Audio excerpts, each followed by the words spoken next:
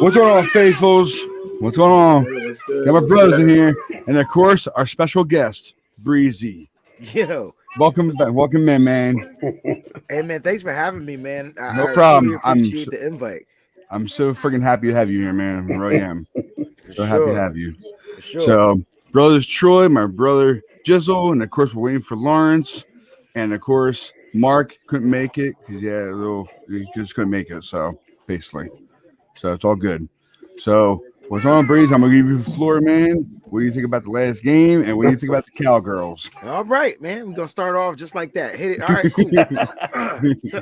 So I mean, the last game was what it was, man. It was a tale of two halves, right? I mean, like the first half was terrible, and then in the second half, you saw the energy, you saw the juju, you saw the momentum start to shift when we went down there and got that field goal at the end of the first half. You know, Jimmy G started to kind of come to life or whatever or whatnot. He was able to drive the ball 61 yards down the field. We was able to get 3 points out of it.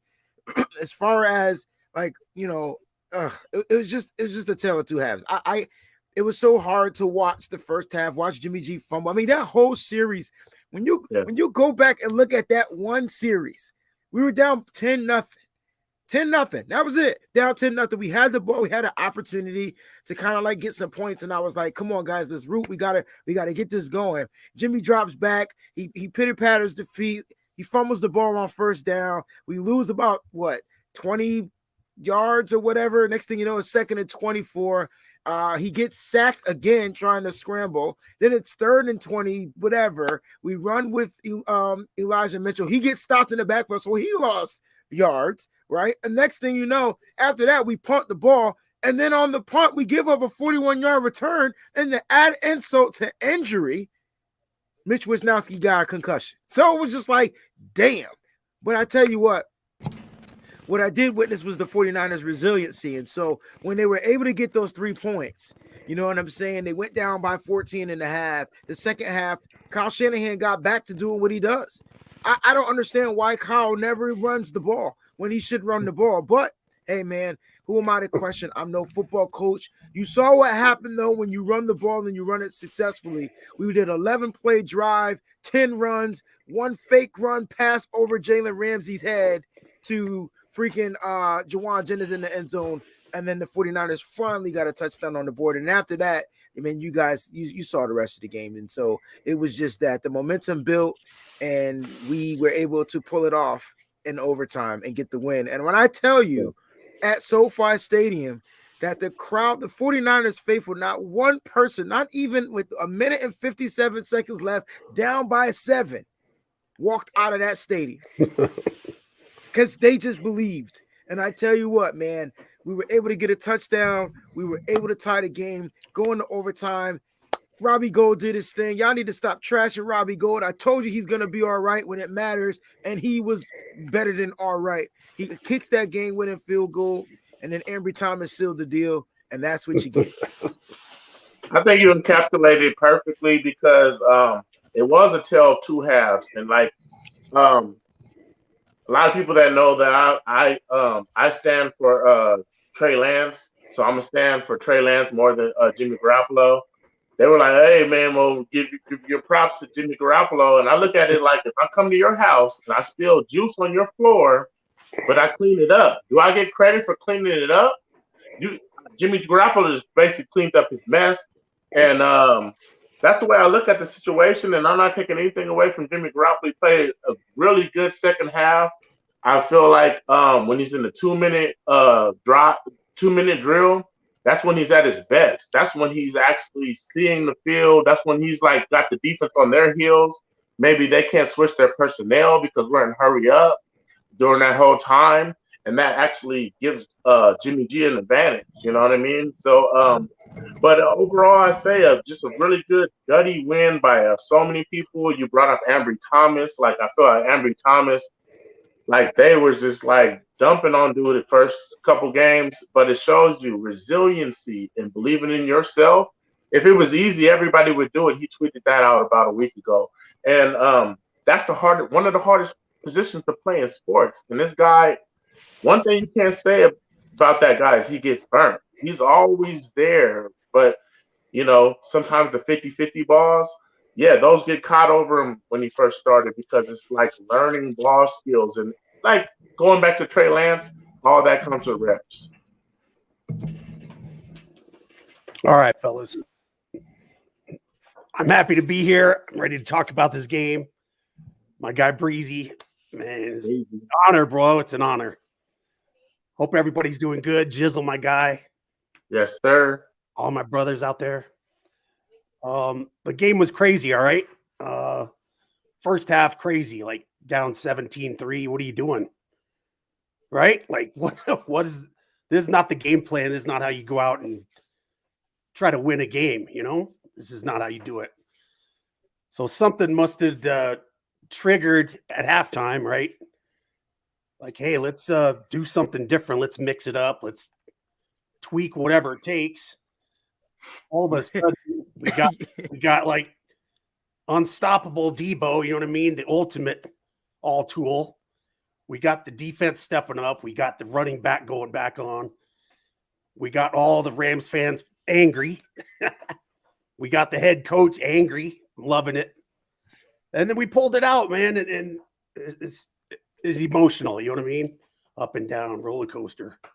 But we got that dub, and now we're on to the Cowgirls. So there you go. Yeah, man. And I want to give a shout out to Peachy. Thanks a lot, Peachy, for watching. Yes, Peachy. Thank you so much, you. Peachy. Thank you. Thank you, girl. Thank you. And I know we got your co-host here. That's what makes me feel weird that Peachy's in here. But that's cool as hell. I love it. But from me, my brothers, to you, Wayne, thanks for coming on, man. Thanks for accepting my invite and everything. Thank you very much for it. Absolutely. Yeah, for sure, bro. And I was nervous when I first got you on here. I was like, how am I gonna play this? Then I just did rambling, I just did my thing, So wrote it all down. I hope you like it. So I wrote it all down for you. So basically, man, I'm ready for this game. I don't care. I'm waiting for it. I know we're gonna have to wait for about 5 days, 6 days, is it? Yeah, but it's coming, man. Listen, man, the 49ers are going to be like, they're prepared. You saw Kyle said he's going to let his team rest a little bit. They're going to practice a little bit, practice a little bit again, travel, get to Dallas. And they're going to be, look, this is what I do know about the 49ers. If I'm any team in the NFL, the one team I would try to avoid is the 49ers, because you could beat the shit out of them. Sorry. You could beat them up in the beginning, but they find a way to keep punching back. It's like a fight. It's like a boxing match, right? And so, like, everybody, there's never gonna let me tell everybody out there that's watching the show. There's never gonna be another Jerry Rice. There's never gonna be another Michael Jordan, and there's never gonna be another Mike Tyson. Am I missing anybody else? Because if you could understand Michael Jackson. Yeah, right. So if you want to take it to the entertainment field, there's never gonna be a Michael Jackson. And the reason why I'm saying that is because you're like, guys, like, you got to understand, like, this team finds a way to punch back, regardless if they're down, if their backs are against the wall. And so when I said that there's never going to be those guys again, I mean specifically, especially when it comes to Mike Tyson, like, he just came in and knocked you out. Whereas the Kyle Shanahan approach is more Muhammad Ali. I'm gonna dance around. I'm gonna box around a little bit. Now, man, we're gonna flow like a butterfly, and we're gonna sting like a bee. And so when they sting, they're gonna tire you out. And so that's what you get. And you heard, if you listen to the Debo presser, you heard him say, "Hey, man, Jalen Ramsey, man, we knew he was gonna bite on these outside runs because he's seen it, and we knew he was gonna play. He was gonna cheat a little bit. So on that touchdown throw, I made him think I was gonna run again, and I just threw it over his head. I mean, that's flowing like a butterfly, it's stinging like a bee. That's like saying, all right, man, I'm a trump you. And then we came back with a Joker card and said, nah.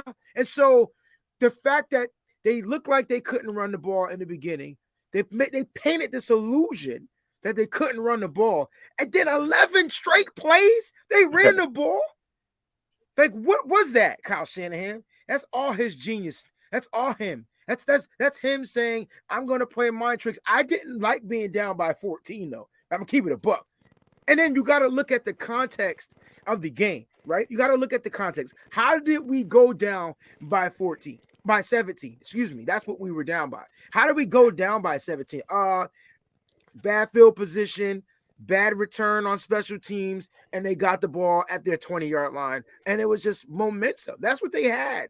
That's exactly what they had. And so when we went down by 17, I'm like, I said to my neighbor sitting next to me, I said, dude, if we could get a field goal before this half, we could win this game. He was like, nah. I'm like, dude, trust me. It's something about getting points when we shouldn't get them that will trick the other team. And that's exactly what it did. And I think you asked earlier what Troy said. I don't know what changed at the halftime. What happened is cats went in that locker room cursing each other out.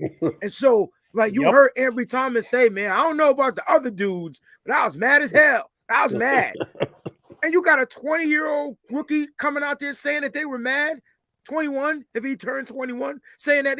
That's what I'm talking about. If y'all don't like this kid, I don't know what you're looking for in a football player. When I listen to him talk, I get how young he is. When I watch him out on the field, I'm thinking he's a grown-ass man.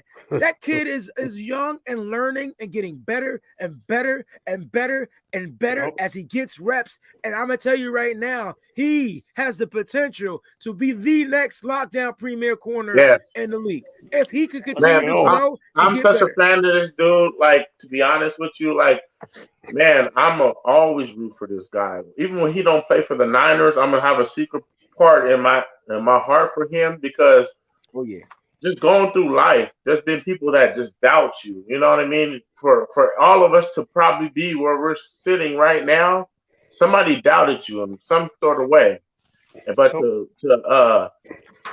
be able to overcome, you know, all of that, you know, and still believe in yourself, because at the end of the day, you have to believe in yourself more than anything. You know what I mean?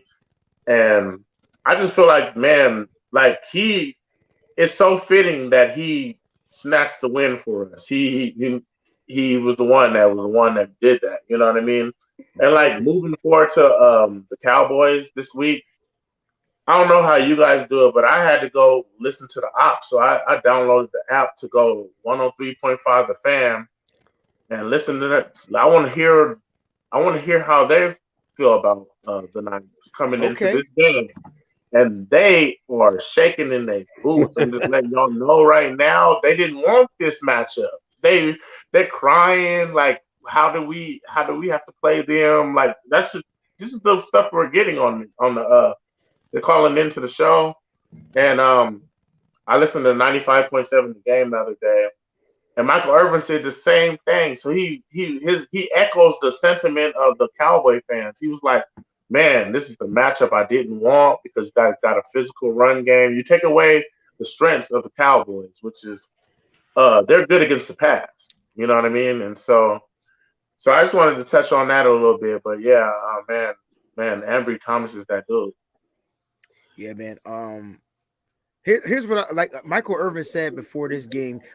Michael Irvin picked us to beat the Rams too. By the way, he did. Like he was one of the only people that picked us to beat the Rams, and he said they got too many dogs. And like that's basically what he was saying. Their defense, they just got too many dogs, and he didn't care how good the Rams were. I'm curious to see what's going on. I'm curious to see if he feels the same way about this 49ers team going against his former team. Because if he does, then Kyle Shanahan and the crew, they got something to reckon with. And being that their backs were against the wall all season, they're giving me that New York Giant football team vibes with the defense and the rotations. And you got an Eli Manning, Jimmy Garoppolo. You got a guy that just got to go out and make certain throws, certain plays. We got a running game. We got all these pieces. We got great coaching. All we got to do is execute properly. And if our defense is on point like they have been, our defense went from 4-3 with giving up 24 points. Let that sink in your head. Let that sink in your head. They gave up 24, but they only gave up 260 yards to the number 5, the 5th top offense in the league. Stats don't lie. Stats don't lie. They don't. And so if you want to talk about like stats, Dallas is the number 1 offense in the NFL. Yep. But their offense has to come with some type of context. You get what I'm saying? Like, who did they beat? Who did they play? This is that. They have a losing record against teams over 500. What a 12-5 or whatever the record is that they have. Right, because and you know why The though, bro? division. Because they beat the teams in their division, which I can't fault them for. I wish we would have beat the teams in our division. We'll be sitting in a different seat right now, right? But we didn't, and we are where we are, and we got to figure out how to continue to dig ourselves out of the hole we put ourselves in. But for Dallas, guys, this match, I'm not saying it's going to be an easy pickings win. No. Dallas is going to bring it. They got some dogs. Let's talk about some of their dogs, man. They got dogs. Listen, Michael Parsons is probably the best damn linebacker. I'm sorry, Fred. Since Von Miller. Say he's not. Like, what doesn't he do? The dude plays 5 positions on the defense, y'all. He can play corner. He can play safety. He can play linebacker. It's all over the place. And then he can play on the edge. Like, what? Like, how do you stop him? Run the ball. Tired his ass out. That's why. Run the ball. Right. Run the ball right at his ass. Tire his ass out, yo. Make that cat need oxygen. Yeah. Make him need. Yep. I was thinking the same thing. But the thing and that's why I listened to the ops when I looked at the 103.5 the fan I was listening to at work. And they were like, man, we negate their best strength. Michael Parsons is a great pass rusher. But we might run it 11, 12 straight times. Sermon's coming back this week. You know what I mean? That negates his pass rush, right? It negates his pass rush. You don't want to take the wrong chance and pass rush at a time and you give a free running lane. You know what I mean? That's a big game. That's a critical part. And here's the cool thing, right? Because now that we have guys like Deebo Samuel coming out of the backfield. So Deebo can start in the backfield, run in motion, split out to the line. Guess who's going to have to cover him? Micah Parsons, if he's in man. And all Jimmy got to do is get Deebo the ball in front, in space, and we're good. I think what makes me most nervous about this game is the mindset and the play we're going to get from our quarterback, right? Yes. Because you're talking about Diggs, Parsons, who's their other corner? Byron, I forgot who they guys are. I don't have them off the top of my head. But they got guys that are ready to take away the ball. And if Jimmy makes a bad throw, that's a pick. And it might even be a pick 6. Bro, we have no idea which Jimmy we're getting, right? That's true. Which Jimmy is it going to be? Let me pull up their depth on Sunday. I mean, is it going to be second half Jimmy of last game, or you know what I mean? No, you got a good point, Troy. You know, I'm right with you on that. But run the freaking ball, man. Wear them out. You know, and that's not my only issue with Jimmy G. Is like which one are we getting? It's just like even when he's at his best, Anthony Brown, the elite quarterbacks, we're still at a disadvantage. You know what I mean? Like, so Russell Wilson, he came through with the worst Seattle team that we faced in the Kyle Shanahan era, and we got swept. Okay, then we get swept by Arizona with Colt McCoy rocking one time. I was at that game. I mean, I'm just saying, when he's even at his best, it's still not good enough sometimes, and that's goes to what you were saying, Troy. Yeah, man. I mean, this isn't the NFC East. You know what I mean? That Dallas is used to, NFC, right? NFC least. I mean, we smash mouth, man. We'll run down your throat. You know what I'm saying? Whatever. I'm not sweating Dallas at all. I mean, they're good and whatever, but I don't think they want the smoke for real. I don't think they want. Hey. Yeah, the NFC East has nothing against us. Nothing. The NFC East are nothing against NFC West. NFC West I'd love to play. They do the their Giants stuff. and Philly, and you know what I mean. Well, that'd be all right. Philly gave us some problems, right? Let's keep it a buck. Philly threw us a scare, and I think they threw us a scare mainly because of their front. Their front was all over our offensive line. We just struggled, and Jimmy struggled, but we won, right? We were fine. We found a way on the road to pull off a win. And so in this particular game right here, I'm expecting not to see Trey Lance, only because I mean I want to, but it's just been the MO all season long. The only time you'll see Trey is if Jimmy's hurt. Like that's Yeah. that's the narrative, right? So I'm no longer expecting 2 quarterback system, Trey coming to play, Jimmy coming. I'm not expecting it, even though I want it. We want it. We all like. I'm not expecting this. I'm okay with it. What I am though expecting is, Jimmy Garoppolo to use that experience. He's been not in this wild card situation before, but he's been to the playoffs. He needs to put on a different hat, a different mindset, and lead his team. If Jimmy can lead his team in these playoffs, Jimmy would gain so much more respect. I still don't want him as a quarterback. I'm ready to move on. But my respect level for Jimmy would be on a whole nother level of captainship, because I have a feeling I have a problem with him being a leader. I don't see him as a leader in my eyes. I don't see him a leader at all. And I totally agree with you, Breezy, because after that Tennessee loss, I'm looking over there. He's smiling with Kittle, bro, what are we doing, bro? You can't have that on camera as a leader taking accountability after the game. He was like, we didn't get it done. If I was a defender or any player on the Niners, I'm like, bro, you a French. I thought you was an Italian stallion, bro. Sorry. I will give him. I will give Jimmy as being tough. Yeah. I give him that. He is tough. He takes a licking and keep on ticking. He's got that old school mentality as far as that's why they ride with him. Like, remember we used to call the football the gridiron game. I feel like Jimmy is one of them old school quarterbacks that would last, in that particular era of football. But he's still not that good. Like you know what I mean? Fact. Like he's still not that good in my opinion, because when you go back and look at the throw to Hasty, the throw was so poorly underthrown because he doesn't step into the throw.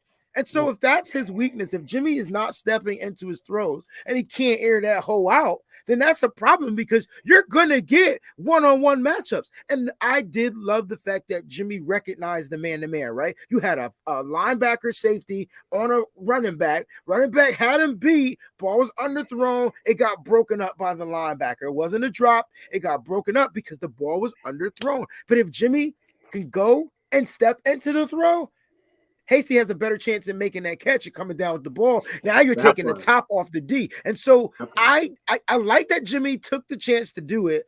I like that, but I didn't like the fact that he didn't step into the throw, which is something that in year 8, if he ain't stepping into his throws, how are we going to throw the ball down the field? We can't just wing it and pray and hope our guy comes down with it.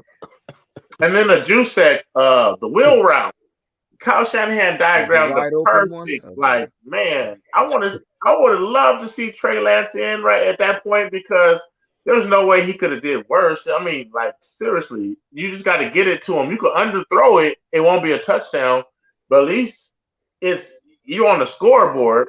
I mean, you don't even get it to in the vicinity of this cat. Like, when this guy ran a perfect wheel route, like Jusek is an underrated route runner, especially for a fullback. You wouldn't even think he's a fullback. He's like winning this matchup on a linebacker. He's a mismatch there, and we probably underutilize him, considering that he's the highest paid fullback in the league. You know what I mean? And we're going to have the highest paid left tackle, the highest paid defensive end.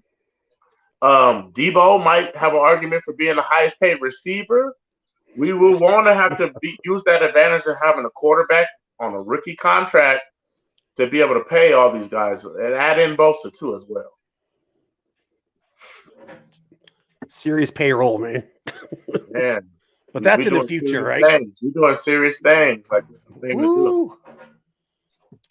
I mean, yeah, as long as Jimmy does his thing, confident Jimmy. I want confident Jimmy, not skittish Jimmy, statue Jimmy. I need step up in the pocket Jimmy or something, because the only part I'm worried about is Jimmy. That's it. That's the only thing I'm worried about is Jimmy's. I'm kind of worried about special teams without Wisnowski. Wisnowski's not playing. I'm kind of a little bit worried about special teams a little bit, because Wisnowski should be clear, but and that just leads me back to Juszczyk again. I feel like he saved that game. Nobody gives him credit, but he had to be on the spot holder for the game, and we didn't even hear about him messing anything up. And then even Robbie Gold, like, he straight up made us look like we still had a punter. You know what I mean? Yes. Good as But I'm gold. more worried about special teams than Jimmy. Even though I'm hard on Jimmy, I'm not. I don't feel like he'll be the reason that we lose this game. I feel like the only weakness and the chink in our armor is our special teams going forward, and we could beat any team. Yeah, I got you, man. Okay, yeah, I'm sorry, Wayne. Go ahead. I I'm can sorry. see why you're worried about special teams. I mean, Robbie Gold punting the ball. Hey, man, shout out to Robbie Gold on that punt. It was like a 50, Man, 40. he did his thing. It was Right. The he thought ball it was a rolled. punter. Like sometimes you just need the ball to roll down, right? Like sometimes you just needed to roll. It didn't have the hang time, but it had the roll time. So shout out to Gold on that. But listen, I can understand your worry about special teams because you need your punter out there. But Mitch has been really off this year to me. Like his punts haven't been as successful. He started the year really good. I wonder if he was really battling some type of injury because he just didn't seem to be punting the ball right now. I don't know how they're telling him to kick the ball. So there's a possibility they're telling him to keep the guys out of the end zone or keep the I don't know what it is. And to give his maybe get more hang time on the ball so that your gunners can get down there and crack and try to force a turnover. It seems like he's just kicking the ball a little bit differently, but I do hope he clears concussion protocol, and I'm hoping he is out there because if not, the 49ers are going to need to bring in a punter, and then that means that there's going to be another player that's going to get sent down to the practice squad if they bring in a punter. So we have to stand by and see how that's going to go this week throughout practice. Something that we're not really talking about, I feel like that, and you could call me a homer. I'm a 49er fan. I really truly believe that the 49ers will win this game, but here's how they will lose this game. The 49ers will lose this game if they beat themselves, right? And so, like, they've been battling that demon all season long. There's got to be at least out of the 7 games they lost, they should have won 5 of them. I would give them 2 losses on this season. Let's give them 3. Let's give them 3 and say they should have won 4 out of the 7. All right. Yes. And so what I'm trying to say is they find ways to lose. And so can I keep it 100? Can I keep it nitty gritty with you? Yeah. Keep it gritty. Let's go. If 49ers, here's what scares me. If the 49ers go down 17-0 like they did to the Rams, what's a wrap? To the number 1 offensive team, it might be a problem. It might not be no point of no return and no comeback. Not to say I won't have faith and be egging them on, but you don't want to give Dak Prescott short field and more time of possession to get points, because you want to know what Dak does, y'all? He will take the ball and throw it down the field. You want to know another thing that he does? He'll run. You want to know another thing that he does? Keep plays alive. You want to know another thing that he does? I'm not bigging up Dak, but he's highly accurate when it comes to certain things. He can throw on the run, and we've seen it before, right? We deal with Kyler Murray, Russell Wilson, and all types of mobile quarterbacks. Guess what, guys? We haven't played a mobile quarterback in weeks, so this might be a issue that's going to get this 49ers defense out of shape, out of whack, out of sync, whatever it is you want to call it. Jimmy, we can't turn the ball over against Dallas because you need to control the clock. 49ers, wide receivers, you got to catch these passes that are thrown near you. There's no excuse. We're in the playoffs. I don't care if the ball's behind you. You put your mitt on it. You come down with that pass. You secure it, get to the ground, go to the next play. I watch drops. I watch the Debo drop, Ayuk drop. I'm watching drops still. We're on weak playoffs. We can't have drops. No drops. Drop and I granted they're bad passes, like they're harder passes to catch. Don't get it twisted. If you got a wide receiver running this way and the ball's thrown behind them, you're telling them to catch it, but they still going this way. I mean, physics is telling them, it's pulling them this way. It's hard, but they get their mitts on it. So Jimmy got to chill with the high throws, make his throws more accurate. I think Jimmy can dice this defense up in the quick passing game, which will force Dallas to open the middle, and then boom, there goes your play action. And so then Jimmy can hit the middle and hit George Kittle over the middle of the game. And so Jimmy and his team can win. They just can't beat themselves. That's it. That's what they can't beat themselves. Yeah. Fact. I mean, everything you said, Breezy, is 1,000% fact. They just need to do it now. You know what I mean? They just need to execute and Golly. Yeah, man. Hey, Breezy, I I'm want to hyped. ask you a question. Sure. I want to ask you a question. Shoot. When Ambry Thomas, I wanted to ask everybody, what do you think when Ambry Thomas intercepted that ball? Mm-hmm. What did you first thing you did after you intercepted it? First thing I did is I yelled out, "I told y'all,"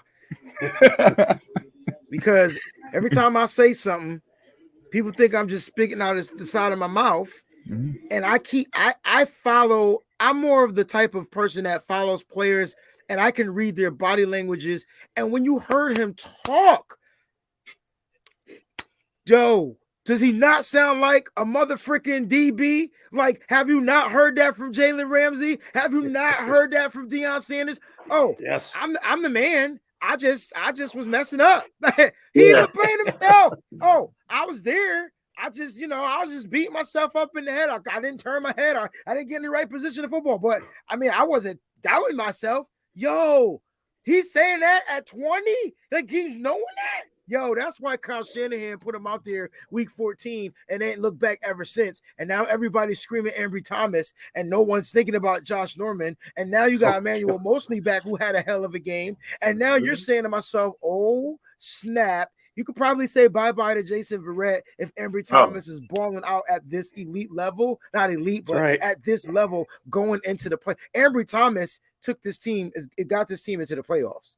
Because Matthew Stafford had plenty of time to get the ball down the field. Now, the defense had pressure on Matthew Stafford, which forced the ball to be underthrown. But Ambry Thomas had the ball tracking skills to say, and the skills to say, oh, snap, it's not going to the receiver. It's right here in the middle of the field. I just got to reach up and grab it. On the fly right there, you know?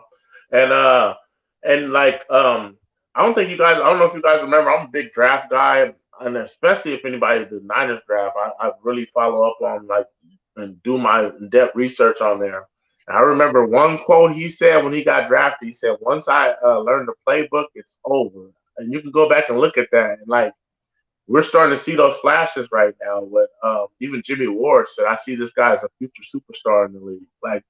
Warner said, he has everything you want in the corner. He has the elite ball traits and speed. We haven't so much seen the elite ball traits, at least initially, because AJ Brown was able to just muscle him up on a 50-50 ball. He didn't get his head around in a couple other games where, But he was there, Jizzle. He was there. But he's there. There's no separation. That's one thing we could say. There is no separation on him throughout the time. And that's what you look for in the corner.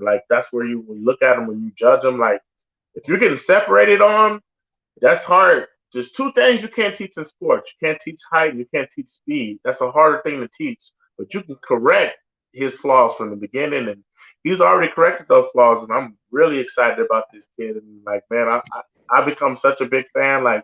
Man, I can't even explain. Yeah, I mean, when I saw it. I was watching because I recorded the game because it was on Fox, and I kept on going back and watching it. And when Matthew Stafford threw the ball, and after it happened, I watched him how he came close to OBJ. He stayed with OBJ the whole time. His head was turned toward Matthew Stafford the whole time. So you cannot say that was going to be pass interference at all. That's right. And he had his head back like this the whole freaking time. And he was running that way too. I couldn't believe how fast he was. Oh, yeah. He was trying to make OBJ the hero that throw. Because OBJ would have caught that ball somehow. He would have been the hero. In a way, I think Ambry Thomas baited Matthew Stafford into throwing that because he kind of was in that bell technique where he was running just fast enough so he could make a play if it was thrown correctly. Yes. But just far enough that he can get back if it was underthrown. And it's just that's what the great ones do. They bait you in it because they want the ball coming to them. And people, good elite players aren't scared of the spotlight. Yeah, man. When I seen that, it was just unbelievable how he just kept up with him. And I could tell when he threw the ball, it was a skyrocket because the defense line was coming towards him. He had no choice to skyrocket. He had no choice, or he would have been sacked or killed either one. I think he was tired of getting hit too, so he Yeah. just said, "Hey, OBJ is open somewhere out there. Yeah, You know, I'll just throw it up. Throw it up Just there. launch He it. open somewhere out there." He's probably waiting for a one-hand catch from OBJ, like he always does. But Amber Thomas, he played that so well, the way he played that. He's seen that ball the whole time. Yep. So, yes, I was very happy he caught that interception. I was. So, hey, man, I thank everybody for at least commenting on here. Thank you so much. Peachy, John V, Mark. I haven't seen Lawrence, so I don't know if he's still busy with his family or not, but I'm very glad that you guys are in here. Yeah, shout out to Melissa. She's my lady. She had to Melissa. Yep. Gotcha. She's like, "You're gonna be on YouTube?" I'm like, "Yeah, check it out. See what happens tonight." So shout out to everybody though. Appreciate y'all. Yeah. Oh my God! Here we house. go. We all know who this is right here. Debbie Ryan. The game was a roller coaster for sure. Girl, Reezy, you going to the game? Are you going to the game Sunday? Oh, absolutely. Yeah, man. I bought my Beautiful. ticket. While y'all was celebrating, I was buying the ticket to the You're game. buying Dang, man, like, lucky. let me get this joint now because I know it's going to be. It's sold out now, man. I tried to get it. This is where they get you is on the plane tickets. It was like the cheapest one. Right, I just looked about 3 days ago before I figured out. Damn, I need a plug to get one because it's sold out. 700 round trip coming from Cali, and you got like a long ass 2-hour layover in like Arizona. Are you kidding me, bro? Like, yo, look, like I always say around the playoffs, man, everything goes up, yo. Like everything goes up. Like, they surcharge for everything. But I got lucky, man. I was a little bit wise. You know what? You just got to do it. If you got the inkling of doing it, then you do it. Because if you wait, it's gonna go up. Like, you can ask Miss Debbie. We was at the dinner table. I was like, "Yo, I should go." She was like, "Yeah, you should." I'm like, "Yo, look at the tickets right now. I could get them for right now." She's like, "Get them joints." And so I had to text my wife, and my wife almost messed me up because she went, like, we were in Cali time. And she was knocked the freak out. Like, she was asleep. I was like, "No, you gotta respond back. I need to get these things." So I made an executive decision, and I just bought them joints. Yes, man. But yeah, listen to Miss Deb, yo. She's the ultimate 49er guru. She travels well. She's a great person to be with. She's a tremendous spirit. Like, I love her. Miss Debbie, thank you for everything. We had an amazing weekend. We were at every party. Miss Debbie, my cousin came and scooped us up. I said, "Miss Deb, I'm gonna go chill with my cuz. You want them to take you back to the hotel or whatever?" She's like, "Nope." I said, "You want to go to the movie?" She said, "Yep." Miss Debbie, we had we got wings. We went to the movies. I fell asleep in the movies. They was trying to wait. Yo, we had a blast, though. But Miss Deb, you are a beautiful heart, man, and she was definitely at that game. You should have saw us praying, though. Like, Miss Debbie was quiet, and when she was in her corner, I knew she was having some intercessory prayer because it was 1minute and 57 seconds left, and you could ask Peachy. I sent her a message like, "Yo, click start." Because we're gonna go live for the overreaction show because this game looks like it's not gonna go in our favor. And then the Rams went 3 and out. It went 3 and out, bro. It's like, let's go. I was like, "God, what does this mean?" And then how good God is, and I love that we have a team. Yeah, I love that we have a team that's faithful. You know what I mean?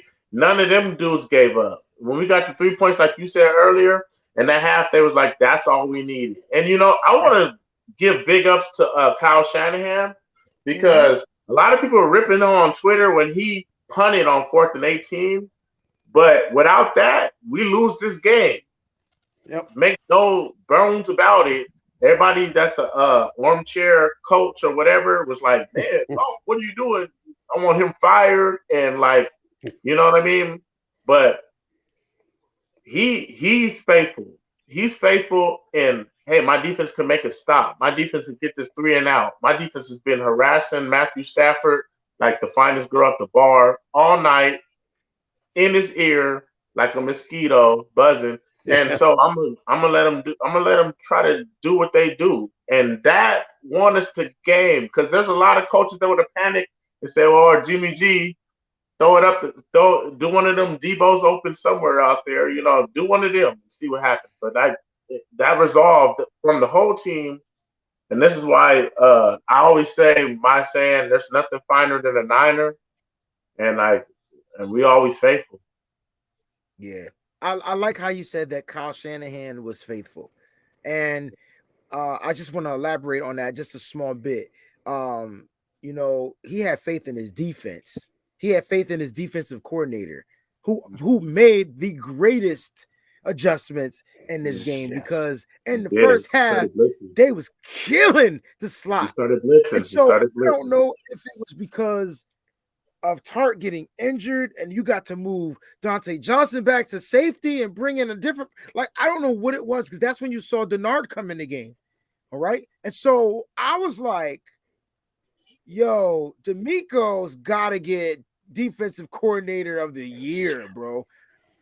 Because this cat went from not making adjustments to only making adjustments. They come in at the half. Kyle Shanahan did the same thing for the first time I can say in his football head coaching career. He adjusted because he came out in the second half and ran the ball 10 times. 10 times. Jimmy drops back, hand off. Jimmy drops back, hand off, hand off, hand off, hand off, hand off, hand off, hand off. Yes. People, Samuel takes the snap. Oh no, he's gonna run. Nope, throw. He's throwing it. Yes. Not even Jimmy. It wasn't even Jimmy. It was and then Kyle Shanahan went back to his bonehead stuff, ego, right? Went back to his bonehead stuff. And when we got the ball back, when it was 17-17, we had the ball. We were on the 22-yard line, and we could have went up by 7. And this dude lets Jimmy Garoppolo, not let him, this dude calls a pass play. And Jimmy throws in the triple coverage to George Kittle, forces the ball gets bobbled down because the pass is too goddamn high. Kittle tips it, Jalen Ramsey intercepts it, and I said, man, why us? Why us? That's right. Why us? Yeah, I wanted to mention that, but I want to bounce off what you said about Debo throwing to JJ. I showed my guys 2019 against the Saints. I showed them the video of it too. They didn't know what I was talking about. You remember who it was, right? Yeah, I saw it. Sanders Coaster. Same exact play. Same exact play. Yeah. Yep. So I don't think you put it up right now because you killed it on that. It's the same exact play. Same play. I'll put it up. I have no problem with that. It's up to you guys. You want me to? Yeah, it's up to you. I wouldn't mind seeing it again. I'll tell you that. You guys still talk. I'll bring it up. Okay. You guys still talk. Go ahead. Do your thing. But well, go ahead, Troy. Sorry. Oh, Debbie, right there. That's what it's about, right there. I love your pregame prayer speeches, Debbie. That's everything. And because at the end of the day, I mean, sometimes I be feeling like I shouldn't pray for the team because I'm a Christian, but I feel like do we pray for our team? Do we pray for our team to win? It's a gray area there. But at the end of the day, when I do pray for my team, I just pray for health. I pray that they find the resolve and the same sentiments that you recommend on your pre-game prayers.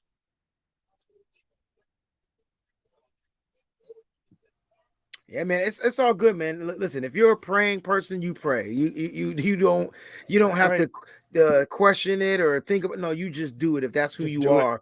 You know what I'm saying? Because you know who you praying to, and you know why you're praying and what you're praying for. And so, my thing is just go out and do it. You don't got to say it. Just do it. Just do it. Just do it.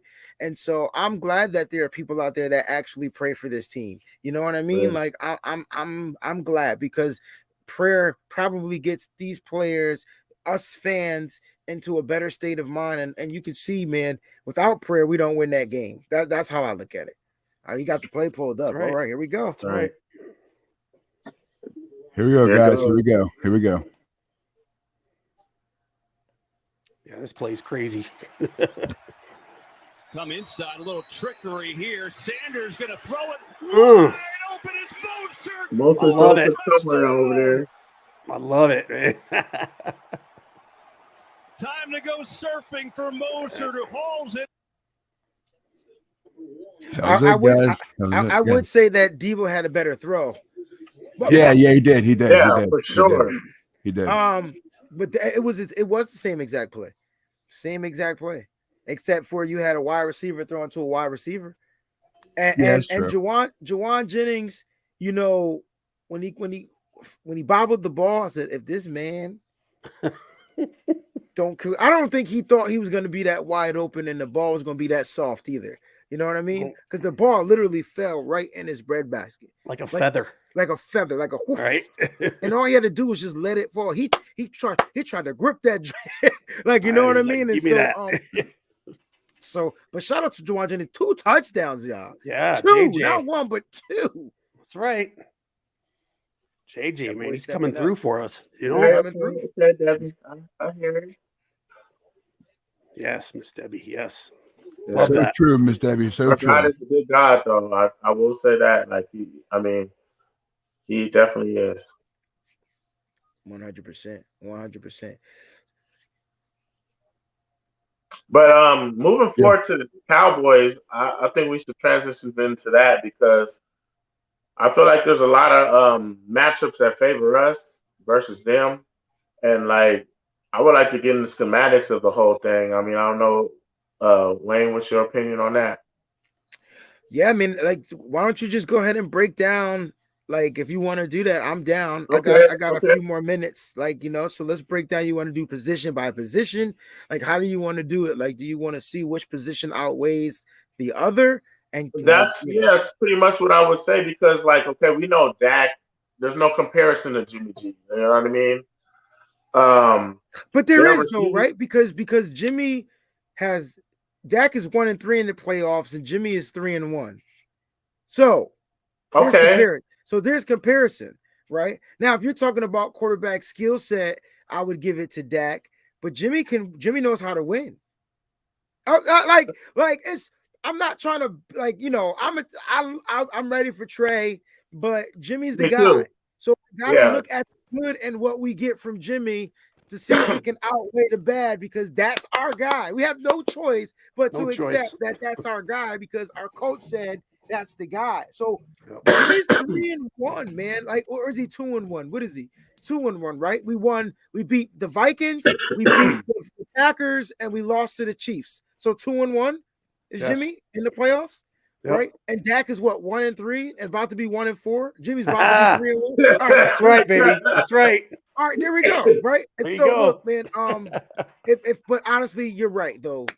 Dak is the better quarterback. He can throw the ball further. He can throw the ball more accurate. He can run. He's the better guy. But the one thing Dak doesn't have over Jimmy, and that's why you got to outweigh everything. So if Dak got 3 things and Jimmy got 1 thing, which one has the most weight? Jimmy got the experience, Dak doesn't, even though Dak's been to the playoffs more than Jimmy has. Plus we got Kyle. Right? See, I don't want to I'm not going to coach it up. I don't want to put the coaches in there because like Mike McCarthy got a Super Bowl ring, Kyle Shanahan doesn't. Yeah. See what I'm saying? Like, I don't want you could do coaches separately. I don't want to factor the coaches. McCarthy has a horrible record against the Niners, though. He does. He's been losing. Yeah. But he still has a Super Bowl ring, and Kyle Shanahan doesn't. But you're right. That's a good assessment. But guess who beat Kyle Shanahan in the year that the 49ers went to the Super Bowl? Dan Quinn. And who's the defensive coordinator of the Cowboys? Quinn. And that Atlanta team gave us fits. And he got one of his pieces in Keanu Neal on his team right now, who gave us fits in that game. How the hell we lose to the Falcons? We was 13. He's wise. I hear you, bro. I hear you. Watch players sometimes show up, bro. They only got to show up once. But I hear you. He's not having a tremendous season. I'm just saying he has familiarity. But go back to the next position. So we're going to go Dak over Jimmy. I'm cool with that. I can live with that. I mean, I didn't want to go to running game because we watched him in the running game. Pollard's coming back from injury. This will be his first game back. We watched him like this. So y'all think. All right, let's do the two. Elijah Mitchell, and let's say it's Elijah Mitchell and Jeff Wilson versus Ezekiel Elliott and Tony Pollard. We beating them in the run game because I could look. Put Debo in the run game too. Nah. We're not talking trick. We're not talking trickery, bro. We're talking straight running backs. We're not talking trickery because tricks are made by deception and by the coaches, right? And so they're gonna try to get a mismatch. So we're gonna use Debo. Let's do our blocking then. Let's do our blocking. So say if we have Trent Williams, we don't know for sure, right? We have Trent Williams the whole way. Tom Compton, the way he's been blocking PFF and T. Will is the top blockers at tackles, at least since Compton replaced McGlinchey. Yes. Run blocking, I meant to say, I'm sorry. And you got Kittle that you have to add into the run game too. And then so just our blocking, the way we open up holes, like you have to almost side with the Niners. It's a no-brainer. Plus, we are way more committed to the run game. They're gonna not be as committed as we are, dedicated to it. But that's not fair because if you're all right. If you're gonna add the blocking, man, their offensive line is no slouch, bro. No, it's not. They got all pros on their offensive line, and Ezekiel Elliott was a 1,000-yard rusher, and he also didn't play 17 games this season. Like he missed a couple. Okay, Elijah Mitchell's played 11 games and has more than Zeke's played the whole year, and he has more yards than he does. Yes. Wait, Elijah Mitchell has more yards in like 6 less games than Zeke. Yes. But I'm trying to understand what you're saying because Zeke is a 1,000-yard rusher and Elijah Mitchell isn't. So, like Zeke made 1,000, but Elijah is under the 1,000. And I understand he missed 6 less games, but Zeke didn't play a full season either. He missed. Zeke has 1,000 though, or this year? Yeah, man. 237 attempts, 1,002 yards, 10 touchdowns. Okay. Damn. It doesn't make him better. I'm just trying to get you. And so then you got to factor in their other running back, Tony Pollard, who is their lightning, right? We don't have a lightning. They have a lightning. We just got the thunder. We got the thunder. And so Tony Pollard is where our Ezekiel Elliott is. I mean, was where our Elijah Mitchell is. 130 carries, 719 yards with only 2 touchdowns. But this guy is good on special teams. Remember, he's their special team returner too. Like, and so they got some pieces, bro. They got pieces. I'm not saying our running backs aren't better, but if I put the 2 running backs against our 2 running backs, their running backs got more yards and more touchdowns. So do you got to give them the weight for being better? Isn't that how we do it? We're going off for stats, right?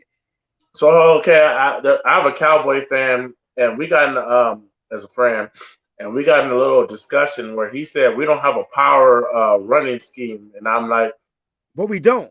We have a zone running scheme. Finesse, because we're based off the outside zone. That's our schematics of everything. But we also run a lot of whams, a lot of traps.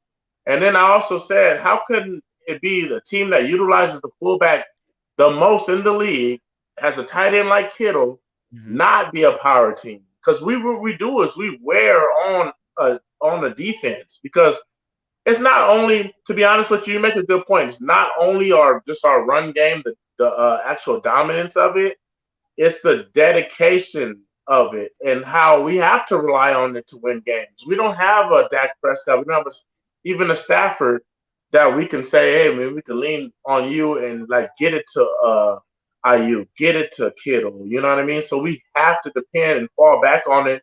And sometimes this is about dedication. You know what I mean? Dedication will get you far in life. You know what I mean? You just stay dedicated. You don't have to be the best. You fake it till you make it sometimes. But I like that. At the end of the day, I just feel like we're more dedicated to the run. And I mean, the stats rely. I mean, we run for more yards totally than Dallas has. So. And then let's look at it this also this way. Right. I'm sorry. No. You're right. You're 100% correct because you got to add in Debo. Yeah, you got to add in Debo. I mean, you can call it you got to cooking, add but in Debo. he's No, you're there. 100% correct. So Yeah. as a rushing team, we rush more yards, but then you got to add in their quarterback runs too. So but it's nothing like Debo. I think Debo rushed for like 600 yards or something this year. Like you got to add that in there. You're right. So you're right. As a total, so then we do win the running back situation when you add in all the total rushes. I was just going off of set running back positions. Yeah, head to head. Who would I take? But if I like our running back core, because you don't know if you're going to get Hasty. We gave him Hasty last week. We didn't give him any Jeff Wilson. So this week they might get Jeff Wilson. And Trey Sermon is coming off of the IR. Yeah, Trey Sermon, yeah. And so now Trey Sermon might be your power. You want to talk about power and a guy you can get to run up the middle? Trey Sermon's going to be the freshest running back dressed on Sunday. Fresh. Running people over, man. Let's go. Fresh. Like this lid, Breezy. I don't care if Trey Sermon runs like 5 carries for 70 yards. Like he's gonna be fresh, and that's going to wear and tear on the defense because, like you said, Kyle Shanahan's going to want to control the clock. I got the offensive lines as being a push, bro. Okay. I got him as being a push. I got the overall. I agree. Like passing, because you got to equate passing in it too. Running, we blow them out. Yeah, exactly. Yeah, I agree. I totally agree. I got him as a push. A tight end, we got that right. Yeah. Let's go to wide receivers because that's where the money is made, baby. Let's talk about wide receivers, man. We're talking about Debo. I'm glad you went there. I'm going to say mine real quick, and anybody could jump in after that. If they had Michael Gallup, it'd be a landslide for them. But now it gets a little bit more interesting because we got IU. And now we see Jawan Jennings is putting in his work, and then we got Debo, who's a quarterback, a running back, and a wide receiver. You know what I mean? So if we're talking just pure value, that boy is the most valuable playmaker in the league. So did you just say that if they had Gallup, then they would landslide the wide receiver position? No, because they could go. I mean, even with Jawan Jennings coming on this late, Michael Gallup is like more of a proven commodity. Man, Michael Gallup can't keep his ass healthy if he tried, bro. I ain't worried about Michael Gallup. You know who I'm scared. You know, out of all the wide receivers, there's only one wide receiver that would bother me, and that's that little freaking Cedric Wilson in the slot.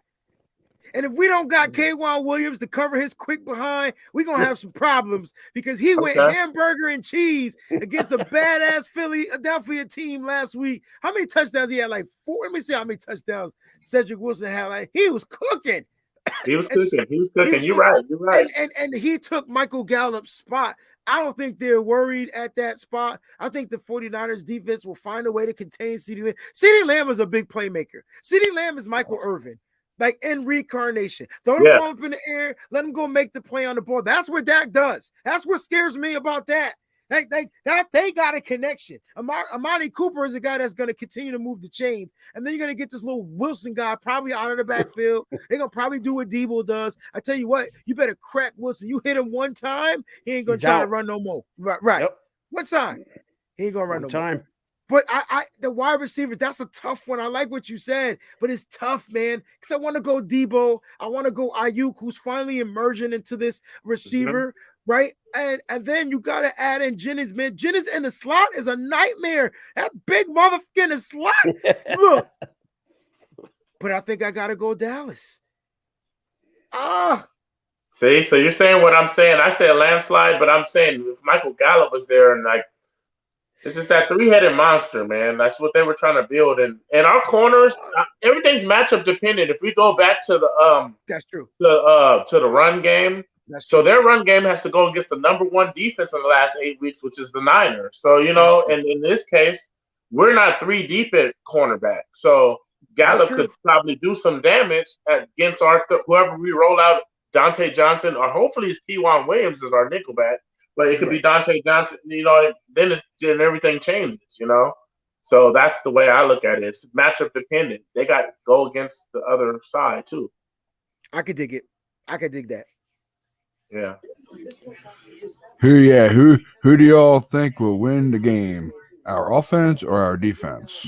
Our defense. That's a hard question right there. Got to be defense. It's got to be the defense. In the playoffs, you got to ride the D.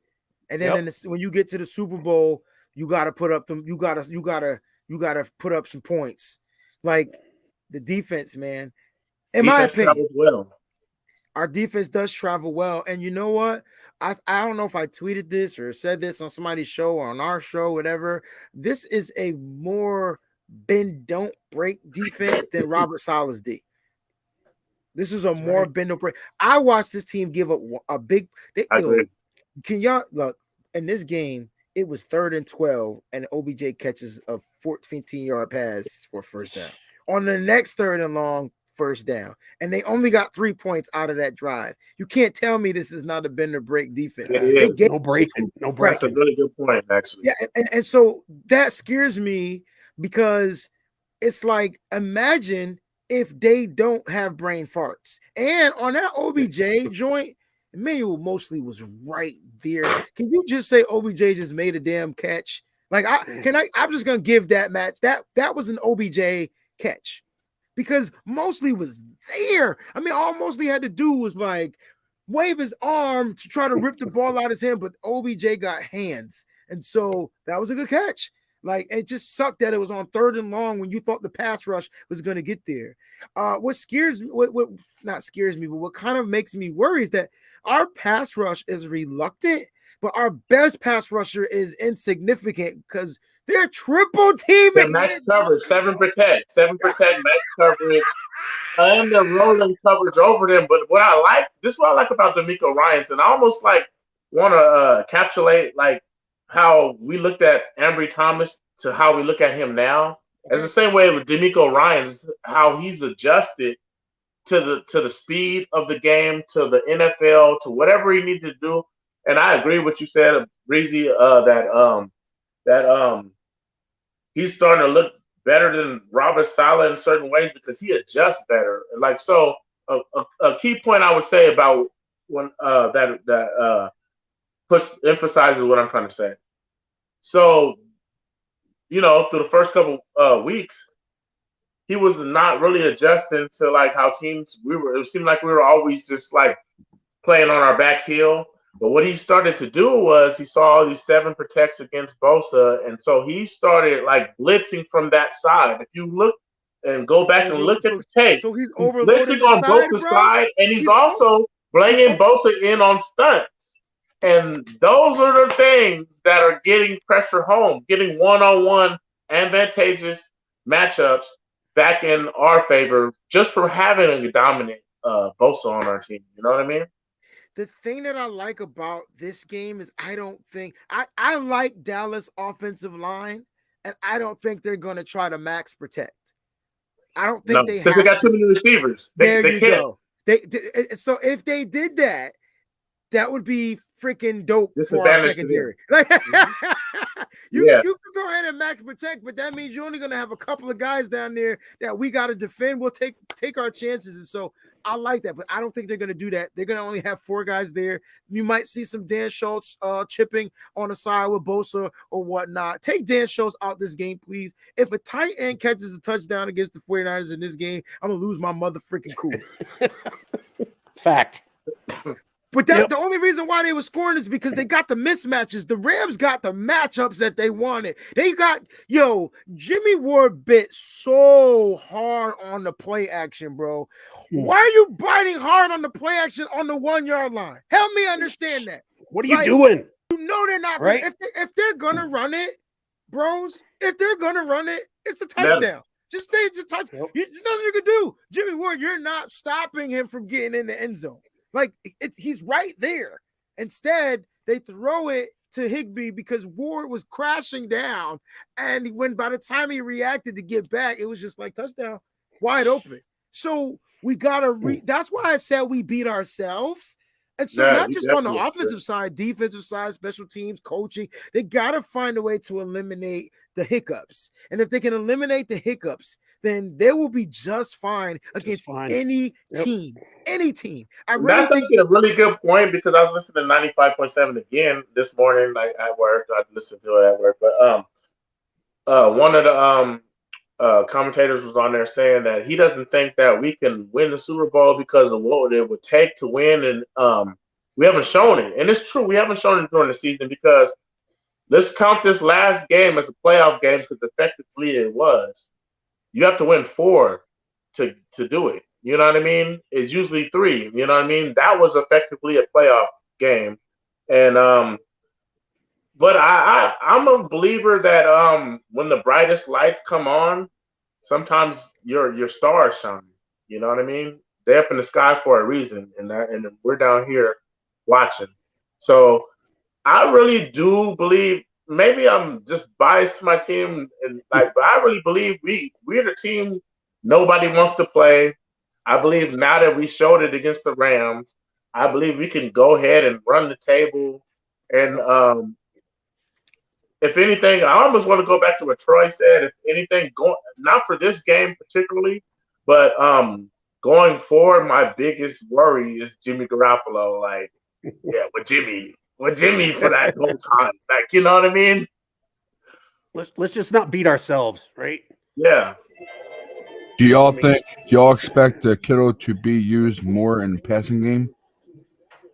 I think you always expect him to be utilized more in the passing game, but it's what the defense dictates, you know.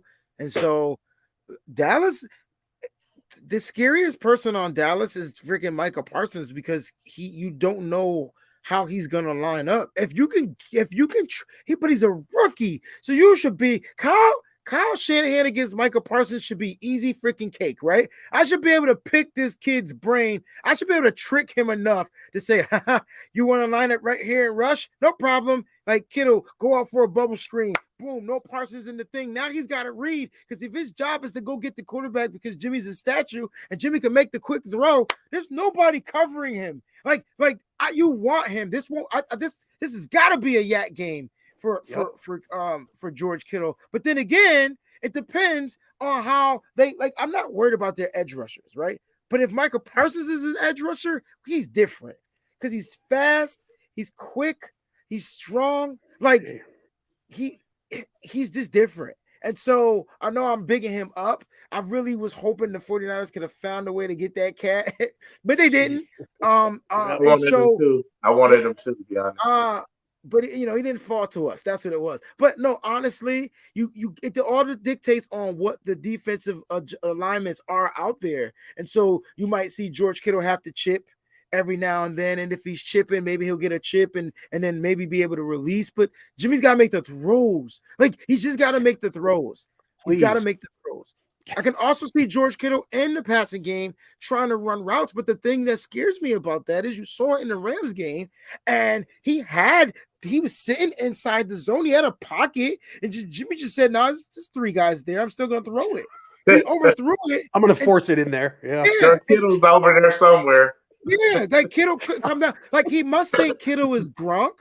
Like, yes, Kittle is not safety Gronk. blanket, right? He's not that cat. He's a different cat. Like, he's not Gronk.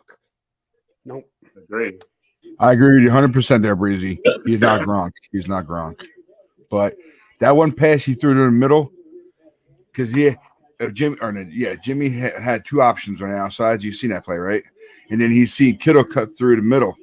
That one defender put his hand up. I thought he was going to deflect that bitch for some reason.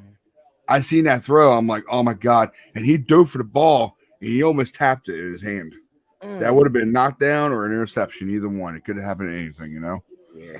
I seen that too, man. It's unfortunate. The real question should be, can Jimmy throw a non-interception game? Because he's been throwing interceptions his last few games. Can this be a game where he does not turn the ball over via interception, via fumble, whatever? And if so, then I'm loving it. Like, I'm gonna love it. And it all comes down to Kyle Shanahan saying, hey, now Kyle Shanahan drew up a 10-play run that I know Dallas won't be ready for at the beginning of this game. I know they won't. I know they won't be thinking Kyle's going to go back to that script and try to run those joints. So I will tell you this: if I'm Kyle Shanahan and when they get the ball, whether they get it or when the coin toss, get it, say whatever. Whenever they get the ball, my first play is a run. Yes. And if that run is 5+ more yards, I will not stop running until they are able to stop and adjust on the run. And once they're tired, because when you run the ball, it's harder for them to make adjustments on defense. Exactly. It's harder for them to sub. So now you got gas guys. That's why that's why you want to run the ball that sustains the drives. If they do that, then you get some bootlegs for Jimmy. Boom. That's a lock, boy. It's a lock. I'll tell you what right? I want to go back to 2019 against the Minnesota Vikings. That kind of game. I mean, I want to go overboard on the run, like just to where we take their will. Like I want to test those guts out. I mean, like we got playing the Cowgirls, we got to lift up some skirts, like Marquise said. Like it's real out here, you know. Yes, sir. We have the last. Yeah, shout out to Tony. I know he's watching. Thanks a lot, Tony, for watching, but thank you. All right. Yeah, so Yes, sir. man, the Cowgirls better watch out for Arden Key in the street. Yeah, Arden Key's been doing good shit, man. I tell you. Man, we got to resign him, DJ Jones. Yep. A lot of guys that have really just stepped up this year. That trying to get that contract, man. Like this is a contract year for Jones, contract year for Key.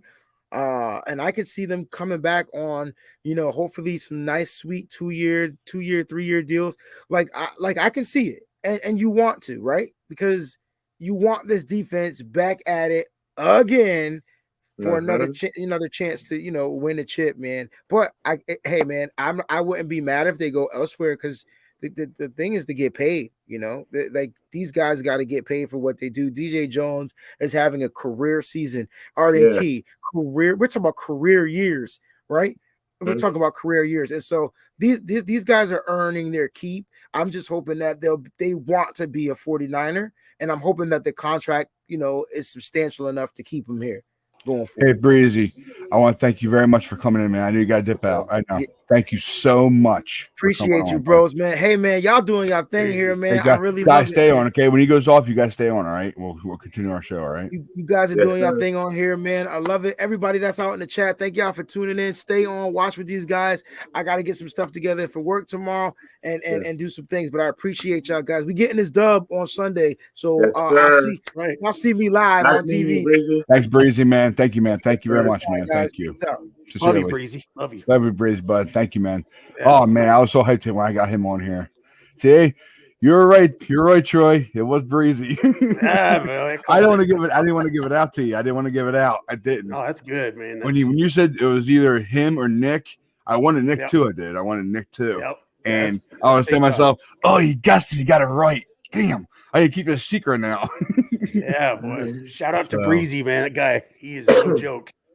He knows his stuff, man. Like, I mean, I just sat back and absorbed it. You know what I mean? Like, yep, he knows.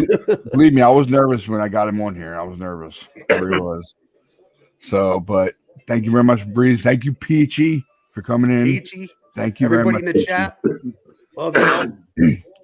Tony, thanks for watching, bud. I know we're not going for you guys. I want to thank you very much, guys, for at least commenting and watching the show. Thank you very much.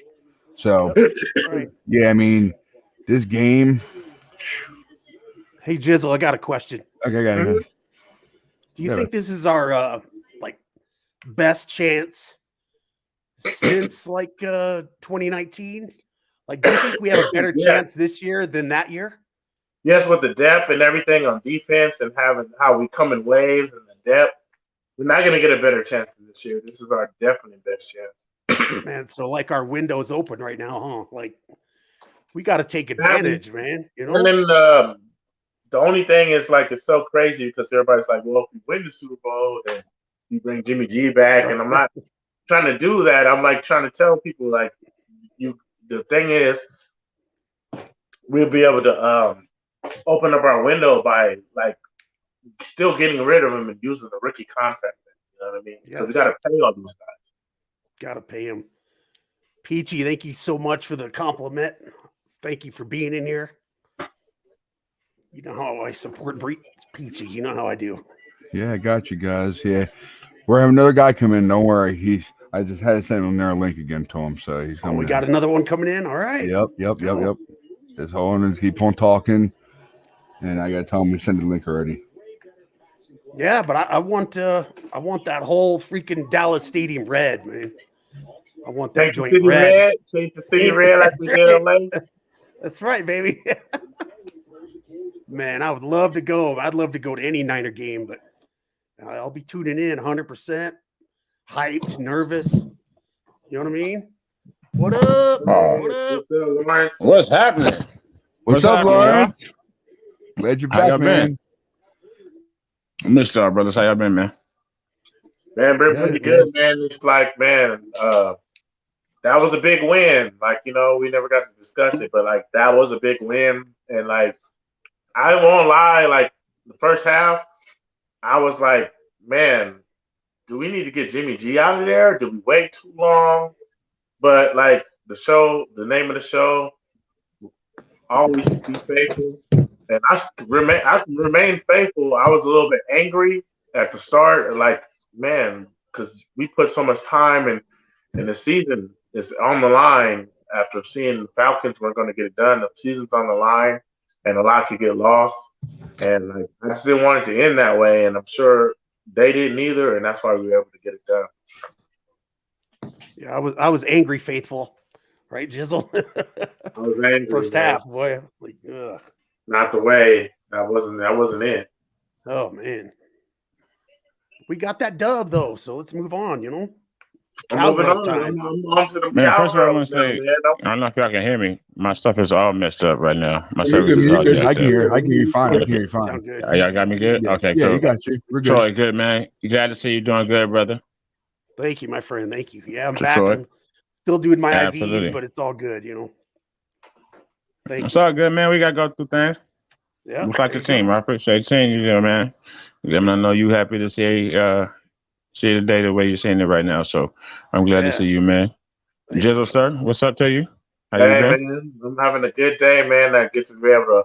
It's like a therapy to just be able to talk my team and talk ball and sports. You know, it's an escape from reality, and I think that's what we all feel about that. That's right. That's the reason I started doing videos in the first place, man. It is kind of therapy, you know what I'm saying, or an escape. So I'm just glad to get back with y'all. Been a minute. And Ryan, my man, Yes, sir. Yes, sir. what's up, man? Man, What's I up with missed it? you, man. I missed you, man. We've been here since miss the you too, beginning. Me and you've been getting since the beginning. Y'all been holding it down. Yeah, and you and I Yeah. were here since the beginning. Absolutely, man. So, my kids were here with me, man. My boys was here. How And, your boys doing? How your boys doing? They're doing good, man. They're doing real good. How about you? How about your children? Yeah, she's in bed now. My son fell asleep finally. So, but he's doing much better now. He's doing much better. Yes, I thank you very much. Thank you. And shout out, of course, man. Always. And shout out to the faithful, everybody that's been watching the podcast. I see the numbers are growing, the subscribers. I think I saw somebody that I've been looking at on Twitter a lot. I think it was Peachy. I just saw her commenting. So it's reaching out, man. You get to see that. Love that. So you had a Appreciate special guest everybody. speaker. Absolutely, we do. And I missed it, man, because I was hearing shit and by the way, Ryan, don't worry, people cuss a lot more than us. I wanted to be a surprise. That's what I wanted to do, guys. I'm sorry. That's what I do. I like to be a surprise. It was a surprise person. It was a big surprise for me, man. What I was seeing, you know, the guy. I appreciate jumping on the show on Ryan from the first Ryan show, but he had some serious opinions, man. It kind of felt a little bit to me like that token. What's the word? I call it contrarian. I call it to my oldest son all the time. Like a kind of token contrarian fan. I heard him talking about Pollard and all that. Man, fuck them, man. The Cowboys for the Sunday. I don't want to hear none of that shit. That game, nah, man. 27 years ago, it was the last time we played Dallas in the playoffs. And that was a major game. I watched that game from my bedroom, just standing there watching the whole game at 12. And it's real shit this Sunday against them. I don't have any love for anybody from Texas, Charleston White, or anybody else. This is the matchup I wanted the whole time. And me too. It's the first one matchup I wanted. Before we came on the show, I was like, you know, man, all of us old heads, we grew up in the 80s, 90s, you feel me? Like, and like, there was those times when you started to hate the Cowboys. When I remember when we got Dion, and then the 1 year after having Dion, we win the championship. He go back over there. You know what I He mean? switched over there to them the next year. Like, what the hell was that? Yeah, we hate the Cowboys. Ken Hate Norton 'em. flip-flop between the two teams, and it just kind of made you like, man. And then I will admit, though, throughout the years Gang. lately, because we have been so much in the playoffs against each other, it kind of dissipated for a second. And that's why I was hitting Ryan up and saying, man, for the show, it should be rivalry reborn or renewed or whatever way you want to phrase it. That's right. Because it's bad. It's back in the building, man. We're going to feel it Sunday, like, man, nostalgic and everything. And also, man, this is a nostalgic, like, playoffs because when's the last time the Cowboys, the Niners, the Raiders are all in the Yeah. playoffs? Like, Yep. I The don't think it's Steelers. even not, you know, Steelers, Green Bay. Steelers Yep, too. man. All the old school Yeah. teams, Green Bay, All the Buffalo. old school teams. Buffalo, Yeah, for sure. yes, Buffalo, old right? school teams, Buffalo. all Hey, in yeah, there. where's Old Chris Mortensen at? You know he gonna call for a Buffalo 49ers Right? Super Bowl. Circle Right. the Berman, wagons, no, that's right? Berman. That's I'll Berman. tell. Oh, Berman, That's my Berman fault. that does Yeah, that. That's more Berman. Chris Berman. Berman. Yeah, there you go. Yeah, Appreciate for you, sure. dog. Yep, Chris Circle the Berman. We wagons. doing that forever. Forever, man. So Forever real quick, and ever. Jizzle, good word, man. I think you said dissipate. Man, go Dissipate, yeah. Dissipate. There you go, Yeah. man. Good word. That's how I just wanted to shout that out real quick. And then too, You know, man. I'm a every once in a while. I went to college. I didn't, He I'm went to like, college. but I didn't but, go to college. I didn't Yeah. finish college anyway. I went for maybe about 3 weeks. But to be honest with you, I'm a wordsmith from the jump. So and then too, the Cowboys. Like I said, that guy, man. I don't have any respect for that. Like you said, 80s and 90s, we grew up hating the Cowboys. Dion switches over to the team, and next year, Ken Norton and shit like that coming over to us. You know what I mean? And like that time was special for me. I was a kid, man, and that's the last time we won the bowl was because of going to the championship game and into the Super Bowl through Dallas. So hell no, man, I have no respect for Zeke and got all these yards. I was listening to this stuff, trying to get to the house, man, as fast as I could to get on this thing with y'all, man. And I get on and he's gone. I was mad as fuck. I'm not even playing, man. I was like, what is he talking about? Who is this? I appreciate the person coming on, but when you break that's down just me. it, though, you got to break it down impartially and to where that I think that just makes good content when you break it down impartially. Exactly. That's why I said. But I wanted. I just wanted. I wanted to get to go back and forth with him. That's all it was. I want to get my shot. I was trying to get here, dog, fast. I was watching that shit come home. But no, it was good. It was actually very good, very good. So I just wanted to get a chance to disagree with my man and tell him stop talking that shit. That's all it was. Niner gang or don't bang, absolutely. I know y'all remember back in the 90s, every Dallas and Niner game eventually I'd be right led back to the Super Bowl. You know what I'm saying? Yeah. Like those games were so like vital. So big. It was a Super Bowl. Huge. Whoever won that game won the Super Bowl. Yep. I mean, like every year, you know what I'm saying? And I'm wondering if this year, I mean, I'm sure they won't allow it, whatever, but who's gonna be TO Part 2, baby? Standing on that star. You know what I'm saying? Woo-wee, I would love that. You know how much I would love that. to see that. I would love to see that. Please, somebody celebrate on the star. I think that's what y'all were talking about. All I heard was a star, so that got to be what you were saying. Yep, I want Debo to be like Debo Part 2, baby. Right? Can you imagine? Man, only if we're up a lot and it's close to the end of the game. Right. I would say maybe, but I love it. That would be amazing. What are they wearing? Have y'all? I don't know everything I've been talking about. I just got sidetracked by a good part of the conversation, but it wasn't all positivity. Like I like to shout for the team, so I'm biased. But anyway, what have y'all been talking about, man? What are they wearing? What y'all think? Are they gonna wear them dumbass white with the blue? Are they worn in '94? Are they gonna wear their always all whites? All whites. They're wearing all whites. I see that they're wearing all white. They're the home team, though. They're the home team. They shouldn't be wearing whites. The whites are their away. Man, did you hear my video? Did you see my video? Did you hear my poem? There's a line in my poem. I'll share it with you, dog. Check my YouTube. Hey, yeah. Put it up, right? If you can. Let me see. Damn, it was my paper. Let me get it. I'll grab it. Yep, right online. Okay, for sure. I don't got to memorize this shit. Hold on, y'all. Well, check out Miss Debbie's comment. That's pure fact. America's team, please. Debbie, you are absolutely right. No, yeah, America's team. Dislike them. That's right. They wish. America's team. Shoot.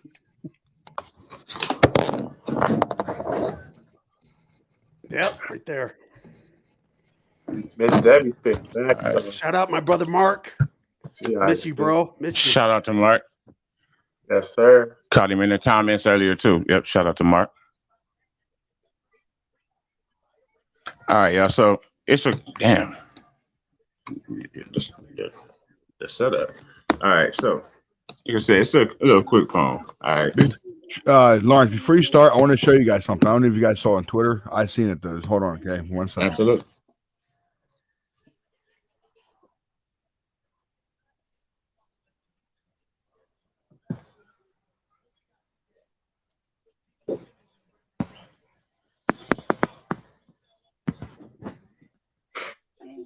You see Fighters, that shit? man. You see that shit? Oh yeah, they trying to be bang bang. Yeah, man. Yep. I saw. Man. All right. So again, watch our podcast and any of our channels individually. I'm not sure if all of my boys got one or what kind of content they do. But again, in my very video I did today, right along with my lovely Dallas Cowboy poem, I spoke about this very thing. I've been seeing this crap all online for the last week. Stop doing that. To all of you out there, if you see this video, if you are not a part of the faithful, if you're not a 49er fan, stop doing that. Right. Stop calling yourself faithfuls.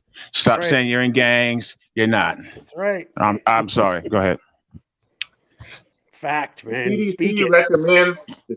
recommends that you still don't bang unless you bang in Niner gang. All day and every day. That's the only way. For life. For life. All right. So now here it goes. All right. Why I hate Dallas. I hate Dallas. Yes, I do. I hate their stupid star and basic colors. They make me feel blue. Like my curtains. Let's see. White home jerseys and playoff games over conference championships. We have decades of hatred for these cowgirl bitches. Round 1 of the playoffs, history recast. Texas, Sunday, that's your ass. Oh, I was let's hoping go, you say baby. I was hoping you say kiss our ass. Let's go. I love it, man. I love it. I was hoping for that one. I was hoping for that. That's right. Just know something something I threw together. I love it, man. That's fact. Yeah, man. The white home jerseys have made me angry for 39 years. I'm 39. Yeah. So yeah, you know. I get mad I've when always I'm on hated that. Madden and I'm playing like with the Bills or something, and then they come out with the white jersey, the same jersey I'm rocking as the away team. I got the whites on, and y'all got the whites on. I'm like, bro, Dallas fans got to be stopped at all times. Fact. Yeah, Facts. she's Yes, Miss Debbie. We appreciate you knowing the business. Yes, they're still our catchphrases all over the place. You know, get your own stuff, they can't man. be like us. They can't be like They can't us. be like us. No, they want to be, but they can't be. That's your ass, Mr. Postman. That's your ass, Mr. Postman. I really Shout believe out, that. Mark. I'm sorry. I really believe I laughed at Troy. Sorry, man. I had to laugh at that one. That was a good. And One. I got a lot of Dallas Cowboy fans. I was saying before, I'm gonna reiterate. It's just like I was calling for this when I knew it was a potential, and they never wanted it though. They talk all this junk about our team, but they weren't so interested in it, and they're still not interested now. I hit them up, and they're like, They don't. we'll see what happens. I'm like, nah. You should want this because this is what we always wanted, but they don't want the smoke because right now, I don't think any team wants to smoke right now because even Troy Aikman and their former other guy, Michael Irvin, was like, Irvin. man, this is the matchup I didn't We want. didn't want this. Troy Aikman says, This is what they said it. Yep. nobody They don't wants to want play in the playoffs. And so, Nobody. hey, man, it's like, put up or shut up. Yeah. You know what I mean? That's right. When they get smacked in the mouth, they ain't ready, man. I tell you right now, if You this know? defense, our defense can control that game in the beginning, it's gonna be over. I tell you right now. Because our defense is on cue and it stays on cue through the whole game, and we get a lead, we ain't killing it out. And No then matter run how the freaking ball. no matter Run the how ball. much Dak throws that ball, the defense secondary has to do their job and just stay on them wide receivers. That's all we have to do. So I know it's gonna be hard, but that's all we got to do. I agree with you, man. Hyped. Real quick, tomorrow, you know. I wish it was, man, for real. I wish it was a Thursday night game. But it's cool. They got Monday playoff games and stuff this year. You know, it's real cool. You know, we got I think Saturday, Sunday, and Monday for the playoffs. But I wanted to shout out real quick because I talk just right now on the show to the faithful and to him personally. I'll talk a lot of mess about him. Jimmy, I'm giving you one more shot. I'm giving you one more chance, man. You mean Jamie? Y'all remember, I love you. Yes. Whatever his name is. Jimmy. I'm giving you one more shot this Sunday, man. That's right. I got your back, dog. I'm riding with you, man. That's my quarterback. As T.O. once famously said, that's my quarterback.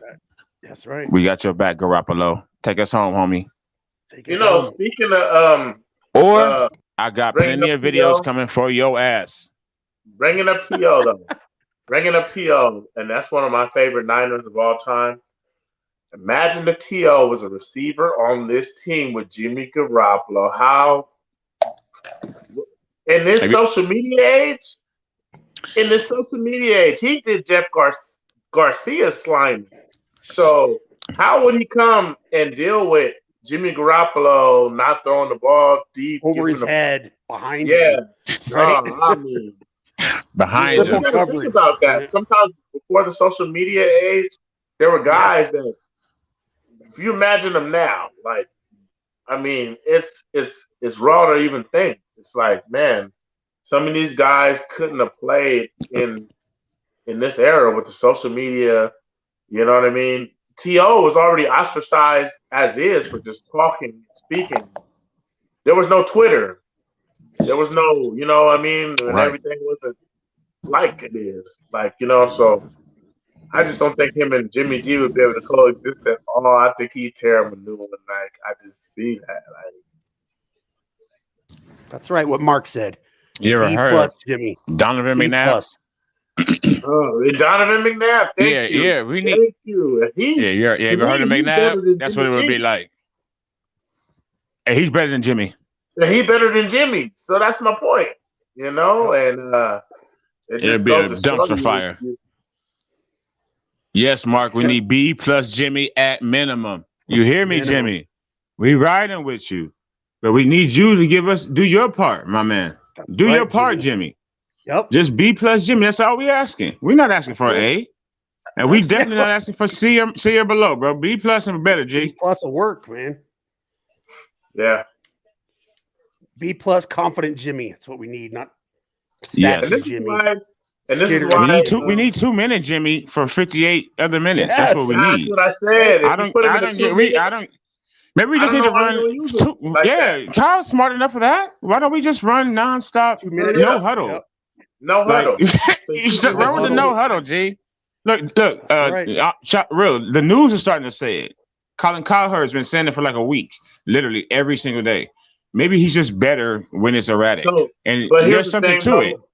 I will say this though: the reason we can is because we're a ball dominant, control the possession, running team. Running teams don't hurry up to the line. They use the time and shorten the game, so to speak. So that's the only reason I see that. But we've been talking about Jimmy G, and this is the reason we want to transition to Trey Lance, because he gives you a different look, something that a little bit more upside. The ceiling time. Exactly. You know what I mean? Yeah. I agree. So I'm the ceiling's much higher.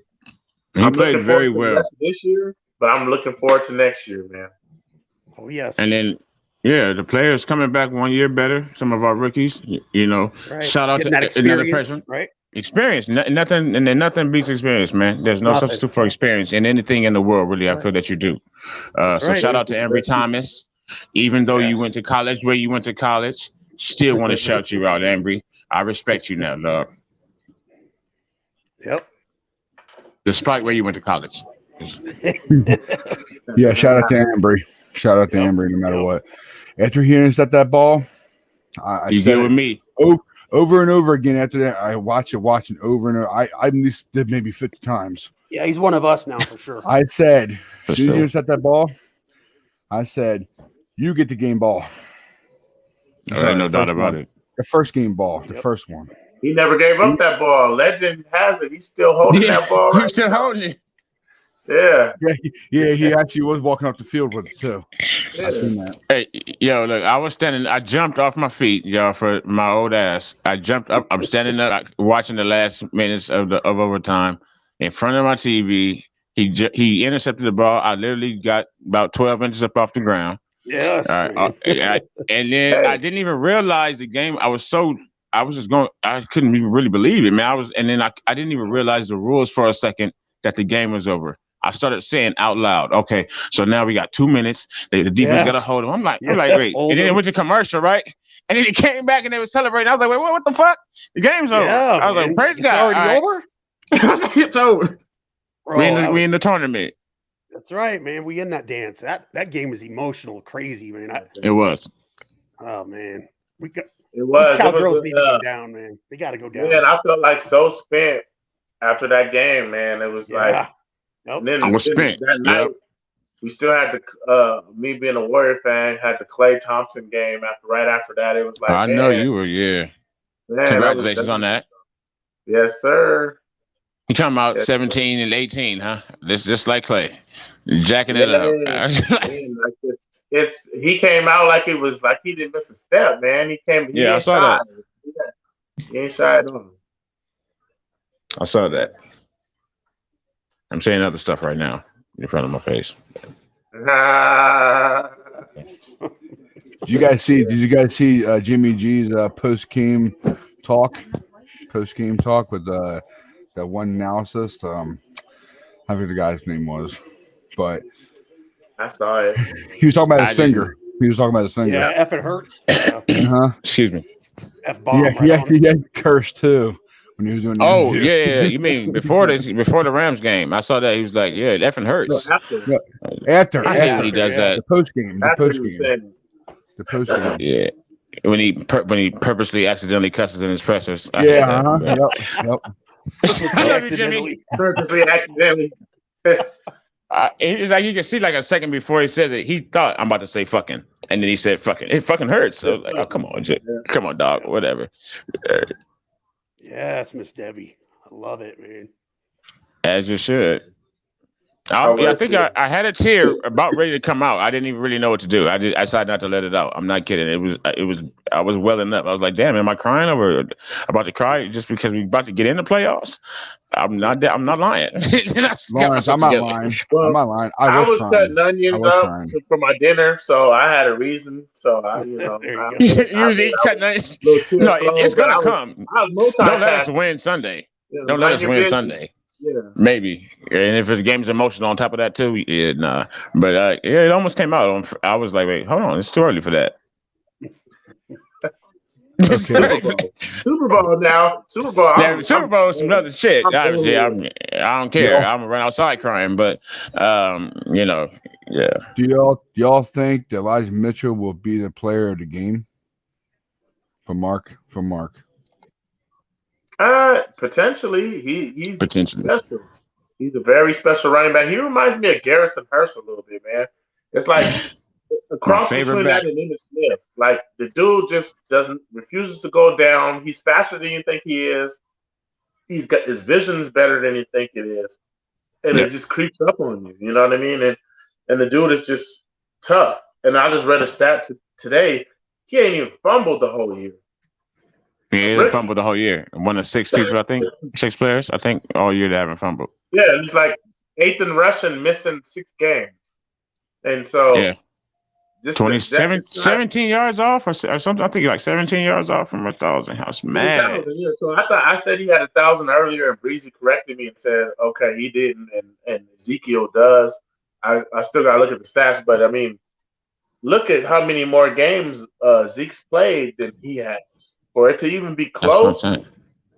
That's why I was upset at what I was hearing.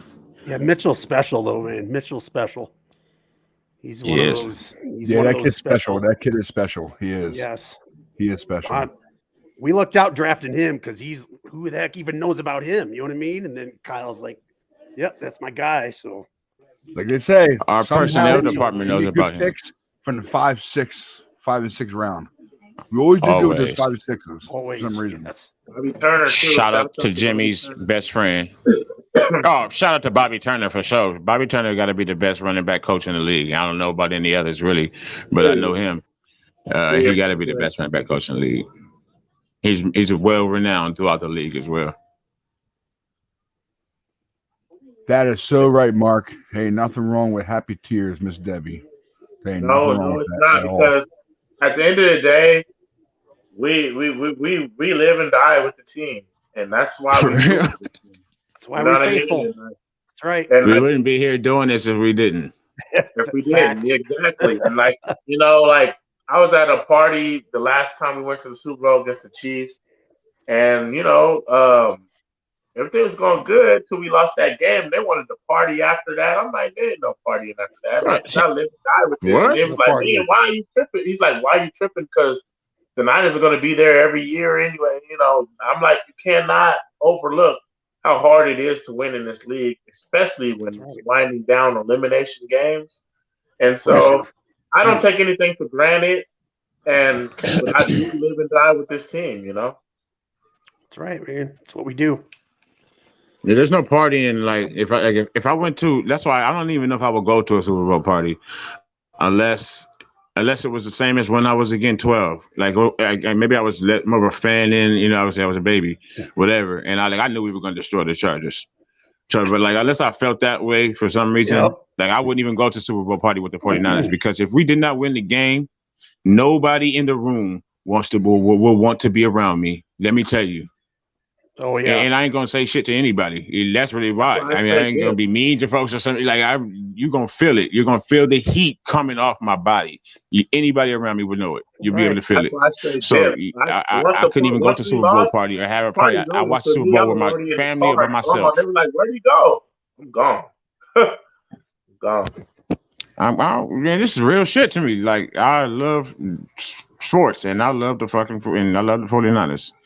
So it's not just watching it. It's not a hobby. It's ridiculous. You know what I'm saying? It is ridiculous. You don't want to be around me if we lose a game. Thank you, bro. I take losses so hard. I shouldn't, but I'm like, don't even talk to me. That freaking pathetic joke-ass Chiefs Super Bowl. I turned my phone off for 2 days. I'm like, I don't even want to talk to you. I don't blame you. I don't blame you. I wish I was at the game so I could watch it. Because I saw the game. I don't need to watch a recording really because I watched the whole game in its entirety and lived it. Didn't live it in SoFi, but I mean, it would have been dope. I wish I had to. I mean, to watch us paint the city red, man. Like, you know what I mean? Like those dudes are crying right now. They're like, we didn't expect that they were going to have that many fans. So like, hey man, expect the unexpected when it comes to us because we travel well, our defense travel well. And our run game travels well. So there's no bandwagon here. They don't know, man. No bandwagon. Right. You know what I'm saying? 4 out of 6. That's and right. And Lawrence, Fact. I knew you had been here in a while. Hey, but it costs a lot to live in San Francisco. You see what happened? That's why them pros can travel. I see that, brother. And I've been seeing it. I've been seeing it in the group chat. Absolutely. 4 out of 6 for 6, man. That's it. We just need a few more. Oh, yeah. We just need 4 more. I'm gonna bleed that until we get to it. No matter what. And we're gonna update it every week. Yep. 3 out of 6. Yep. 2 out of 6. 2 out of 6. And in that game. So on the road to the game, I see we got these girls. We got Aaron. I hope to see you next week. If we win the game, when we win the game, we will see you next week, Aaron. That's right. I got a lot for you. And then after that, so we should be looking at Tom after that. Tom and the Bucks. I'm assuming if everything goes right, that's our path, right? That's a hard path, man. But let's do this. It's Cowboys, then Dallas. But again, we travel well. Our fans travel well. Our defense travels well, and our run game travels well. Fact. That's right, man. They need to be ready for us. Yeah, Sean McVay was crying. He was crying. I love it so much. Yeah, Miss Deb, that stadium was loud. I even heard it on the TV. It was loud in that place. After Amber Thomas caught the interception, it was loud. And I love all the guys. It was all a the home guys game. were doing this. All the guys were doing this. I couldn't believe it. It's like a home game. It's like a home game for when us. you saw them doing a silent count because it was so loud, you see the left tackle tapping his leg because they're doing a silent count. And when I noticed that, I was like, whoa, it's real now. Like, they really can't hear because the crowd is out and about. They're really boisterous, like, with this. And, like, man, it just made you just show, like, man, it just shows that we wanted this so bad. And I really feel good for the front office to get this monkey off their back to be able to be here. And, like, it was so many people saying, well, because if we don't make it, and I have to almost agree with these people saying this sentiment. If we don't make it, then we wasted a year because we should have Trey Lance in. And so, I mean, it's hard to argue, man. He was really consistent. Don't make the playoffs. I mean, like, it's hard to sell that. You know what I mean? People get fired for less than that. You know what I mean? So I'm just glad we were able to get it done. Yeah, if that's true by Mark, what he said about Robbie Gould, he needs to be more concerned on extra points and his field goals. But on top of that, man, his punts weren't that bad. If you think about it, they weren't that bad at all. I almost thought it was a punter. And they were showing before the game he was actually practicing for the punts, not for the field goals, punts, because just in case something happened, he was practicing. And when I can't say his name right, Kikowski, when he got hit hard. He got bopped badly. So I'm really glad that Robbie Gould stepped up and did his thing. I'm really glad on that. Pay him $5 million, wherever they pay him. I think it's $5 million. Pay him. I don't know about that. He can go. He can go.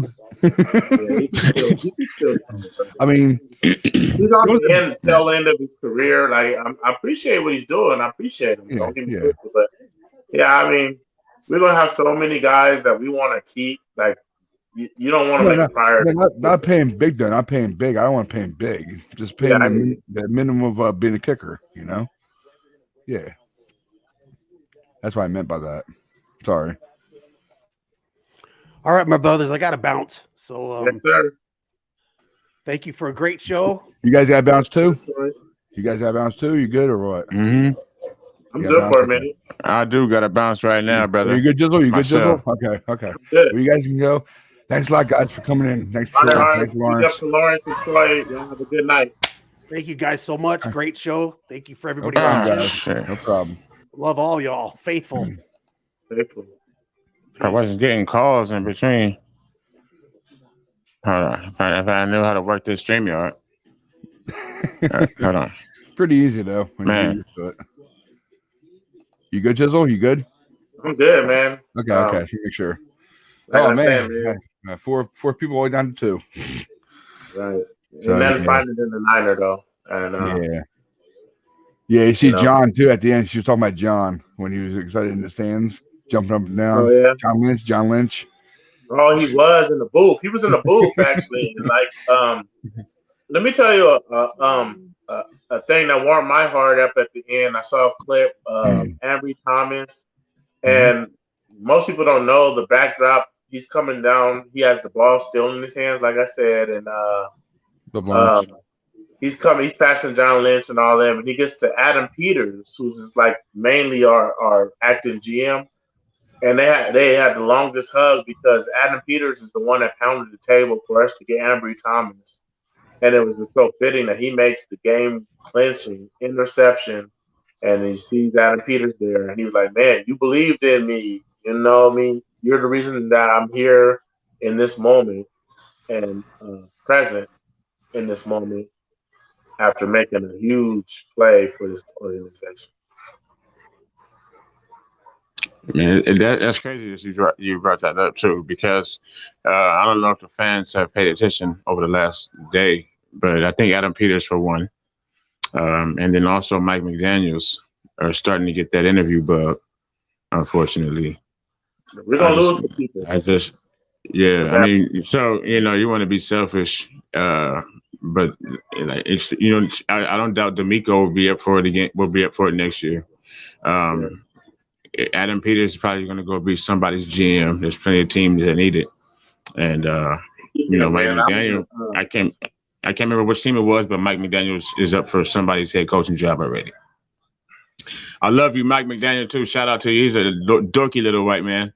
I love him so much, though. On the real, I'm like, he's a coolest little cat, man, and he sounds brilliant. Like I've been saying, I love motherfuckers that can talk a good game, that know words, and he's really, really smart. So I think he's gonna be on his way to somebody else's team soon. And with that, though, I got to be on my way to start getting No ready for the problem, night, bud. No y'all. problem, So man. No problem. appreciate the podcast. Appreciate y'all holding everything down while I wasn't No here. problem. We had to get back on with everybody. It's all Much love man. to y'all. Yes, Faithful. sir. Nine gang or don't bang. Dang. Cowboys. We already know what's gonna happen this weekend. So get ready for it. As T.O. used to say, get your popcorn ready. Y'all know what that means. Popcorn ready. Get your pom poms ready. All that. All right, man. Y'all be safe and I'll see y'all later. All right. Hey Jizzle, I'm gonna put that. I would do the question, but that's all Mark doing that. But what's your final thoughts? And we'll just get out of here. That way you can go do what you gotta do rest of the night. Okay. Final thoughts is like. And I won't be on until probably again maybe Thursday or Friday, one of those 2 days. Okay. So, all right. Final thoughts is like I said before, just the matchup I wanted. Just being an old head, growing up through the 80s, the 90s, and like, having this rivalry with the Cowboys, and like going into this That's game. true. So true. Yeah. Going into this game, I just feel like this is what we built the team for. You know what I mean? To get back to the glory days, and I believe the team's going to be ready. We had some hiccups definitely during the season, but I believe right now we almost look like the team to beat.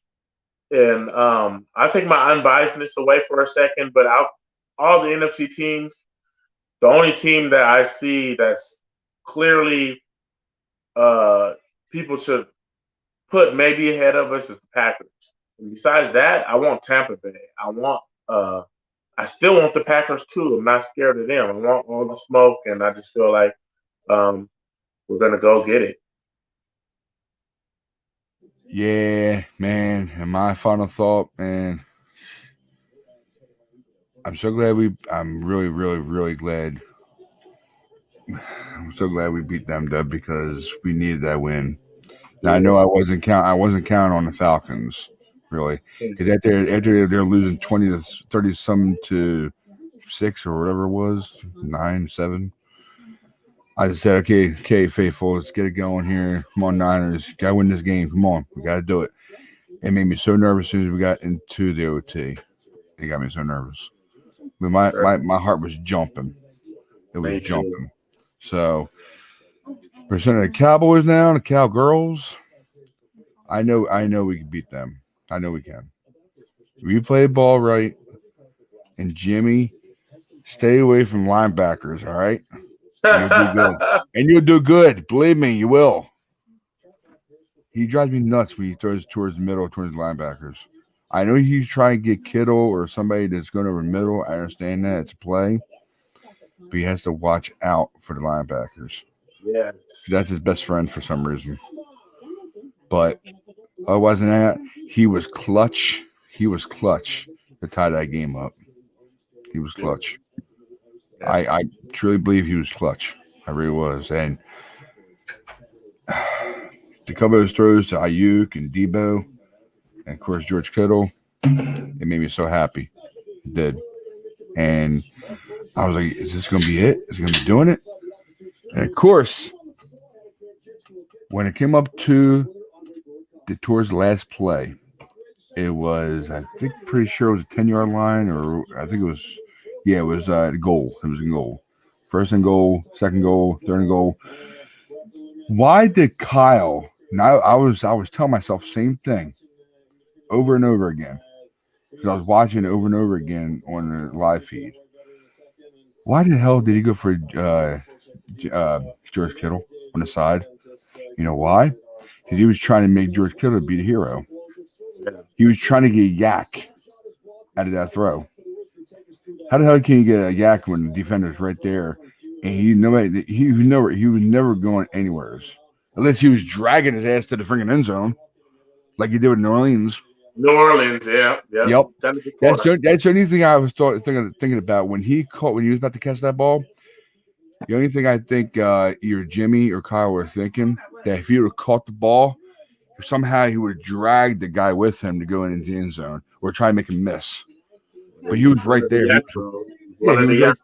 Yeah. I understand Yak Bros. I understand that. But I just understand why it wasn't towards the middle, I really don't think our run game would have done anything because we're too far back and it was goal. It was goal to go. It was third and goal. I would have been surprised if we actually ran that baby in from there. But otherwise than that, got the field goal. Thank you, goal, for making that field goal. Our defense stepped up. Oh, man. And believe me, I was screaming and yelling when Ambry Thomas got the ball. My mother was asking me, Ryan, you okay? And then next morning, she goes, I see your boys won. I'm like, yeah, they did. They won. So, that's my fun thought. And I know for a fact that it's going to be a good game this weekend. And I know we're going to go over it probably Thursday or Friday when we get back on here again. And I'm just ready for next weekend. So there are times when I think Jimmy needs to have to vision checked.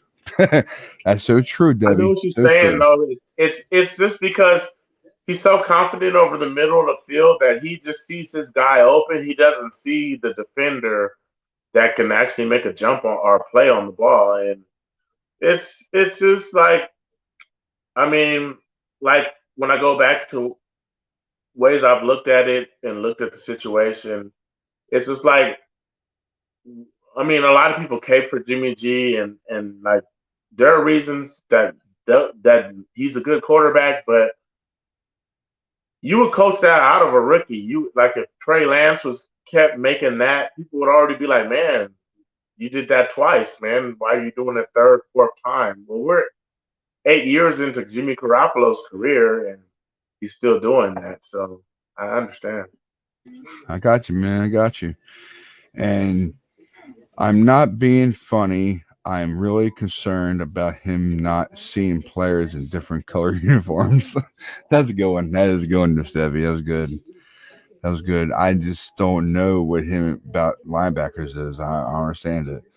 Unless he doesn't see the linebacker and it's like a close counter thing with all the defensive linemen pushing our linemen in, and he's in the pocket because we know he's not going to try to run for it and try to get an open guy. So basically, it's probably just being a blind spotter or something. That's the only thing I can think of. Something about Jimmy about doing that, about the linebacker stuff. What it is, it's a schematic thing. It's every time he throws a pick, they're in the zone, and so he sees this guy open because he's not being followed by a man. Man-to-man defense, you're followed by a man, so you could tell easily if a guy's open in man defense. But zone, somebody could be playing a part of the field. He's in the hook zone, and you see your guy open, but somebody's right there, and by the time you throw the ball, he can jump up and take and snatch that. That's true. That's true, Mark, man. That's true. Miss Debbie, I just think Jimmy needs lack of read coverage. When he throws in triple coverage, that annoys me. Hey, I'm sure I know he's a whole freaking faithful when they see that. I mean, he does check downs, he does, but it's just the fact when he does check downs, he must see something that is not right. And that's why he checks it down to either a run or a different play. So, I mean, what do you think about that? A comment there, Kizzle? No, I totally agree. Mark hit it on the head right there, and the triple coverage one was the George Kittle one. It's just one where you just don't throw that ball. It's got to be a check down. You throw that ball away. It's as simple as that. And we were in the red zone right there, and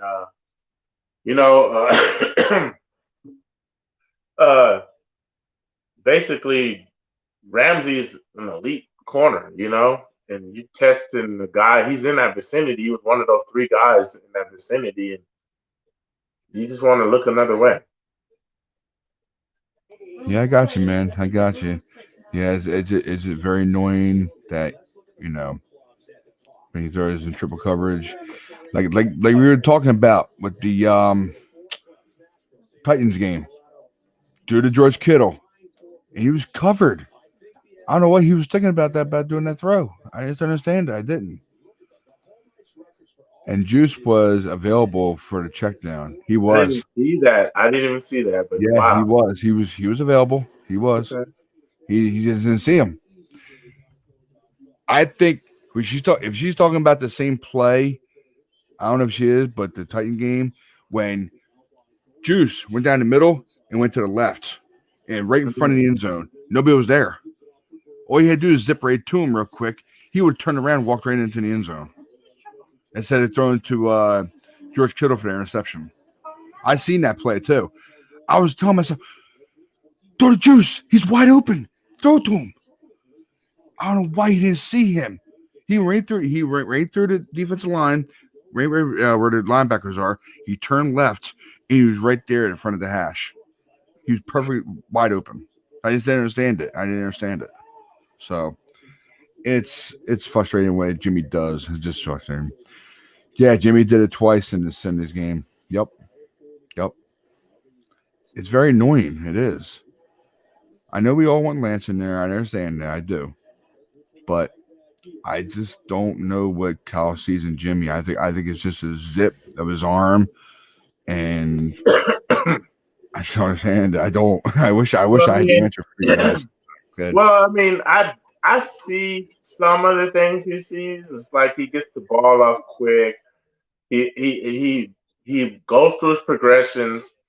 I mean, so I kind of see it. I just think he's stuck on him. Like it's like that bad ex-girlfriend that you keep going back and hanging out with. It's like, it's time to move on. It's time to move on to the future. You're going to hold somebody's hand. What you have to do with Jimmy, you have to hide him and hold his hand. I'd rather hold the hand to the future, and that's Trey Lance. But going forward, though, I'm gonna let that go because it's not gonna be Trey Lance for the rest of this time, and we just kind of gotta just embrace it. And then next year we'll get back on that Trey Lance bandwagon. Yeah, I agree with that, Debbie. I do. George is Jimmy's guy. I know. He's been there ever since he's been there. So Jimmy knows he will almost break his neck with a hospital ball. I know you're going with that hospital ball. That's what we all faithful call it. Yeah, he's hospital faithful ball. for that. It's unbelievable. He almost killed Kittle 3 times since I've watched them in their career, and Kittle's his guy. Like, kill somebody else, not your guy that's going up to bat for you. I mean, but yeah. Yeah, I get you, man. I do. I'm gonna try to make a quick show, and that's it. But I want to special thank Breezy for coming in here. Thank you, Breezy, for making some time for us to come in, talk to us, get that going. Thank you so much for that, my man. Debbie, Mark, my brother. We'll see you hopefully on Thursday or Friday, one of those days whenever I start it up again. Debbie, thank you very much. And I know there's a few other people. I know there is. Peachy. And I want to thank you all very much for coming in here. and just laying out your thoughts on everything and just on how to express it. I really don't, but it was a great night. Thank you very much. Thank you, Jizzle, very much, man. Thank you, Troy. I know you're probably watching still. Maybe if not, I don't know if you are, but you'll watch the replay. But I want to thank you all, man. Got you. We're brothers here, you know. So that's us. And let me see here. One more comment, Mark. Okay. Y'all think Jimmy is about to throw 300 yards receiving the Sun? I don't know about that one, Mark. Don't know about that one, man. I don't know about that, man. Shout out you guys out on Twitter too. Oh, thank you, Debbie. Thank you, Debbie. Thank you. Thank you very much, ma'am. Thank you very much. Thank you. So that's it for us, guys, and we'll see you a couple days. All right. Later on, guys. Go Niners! Yes.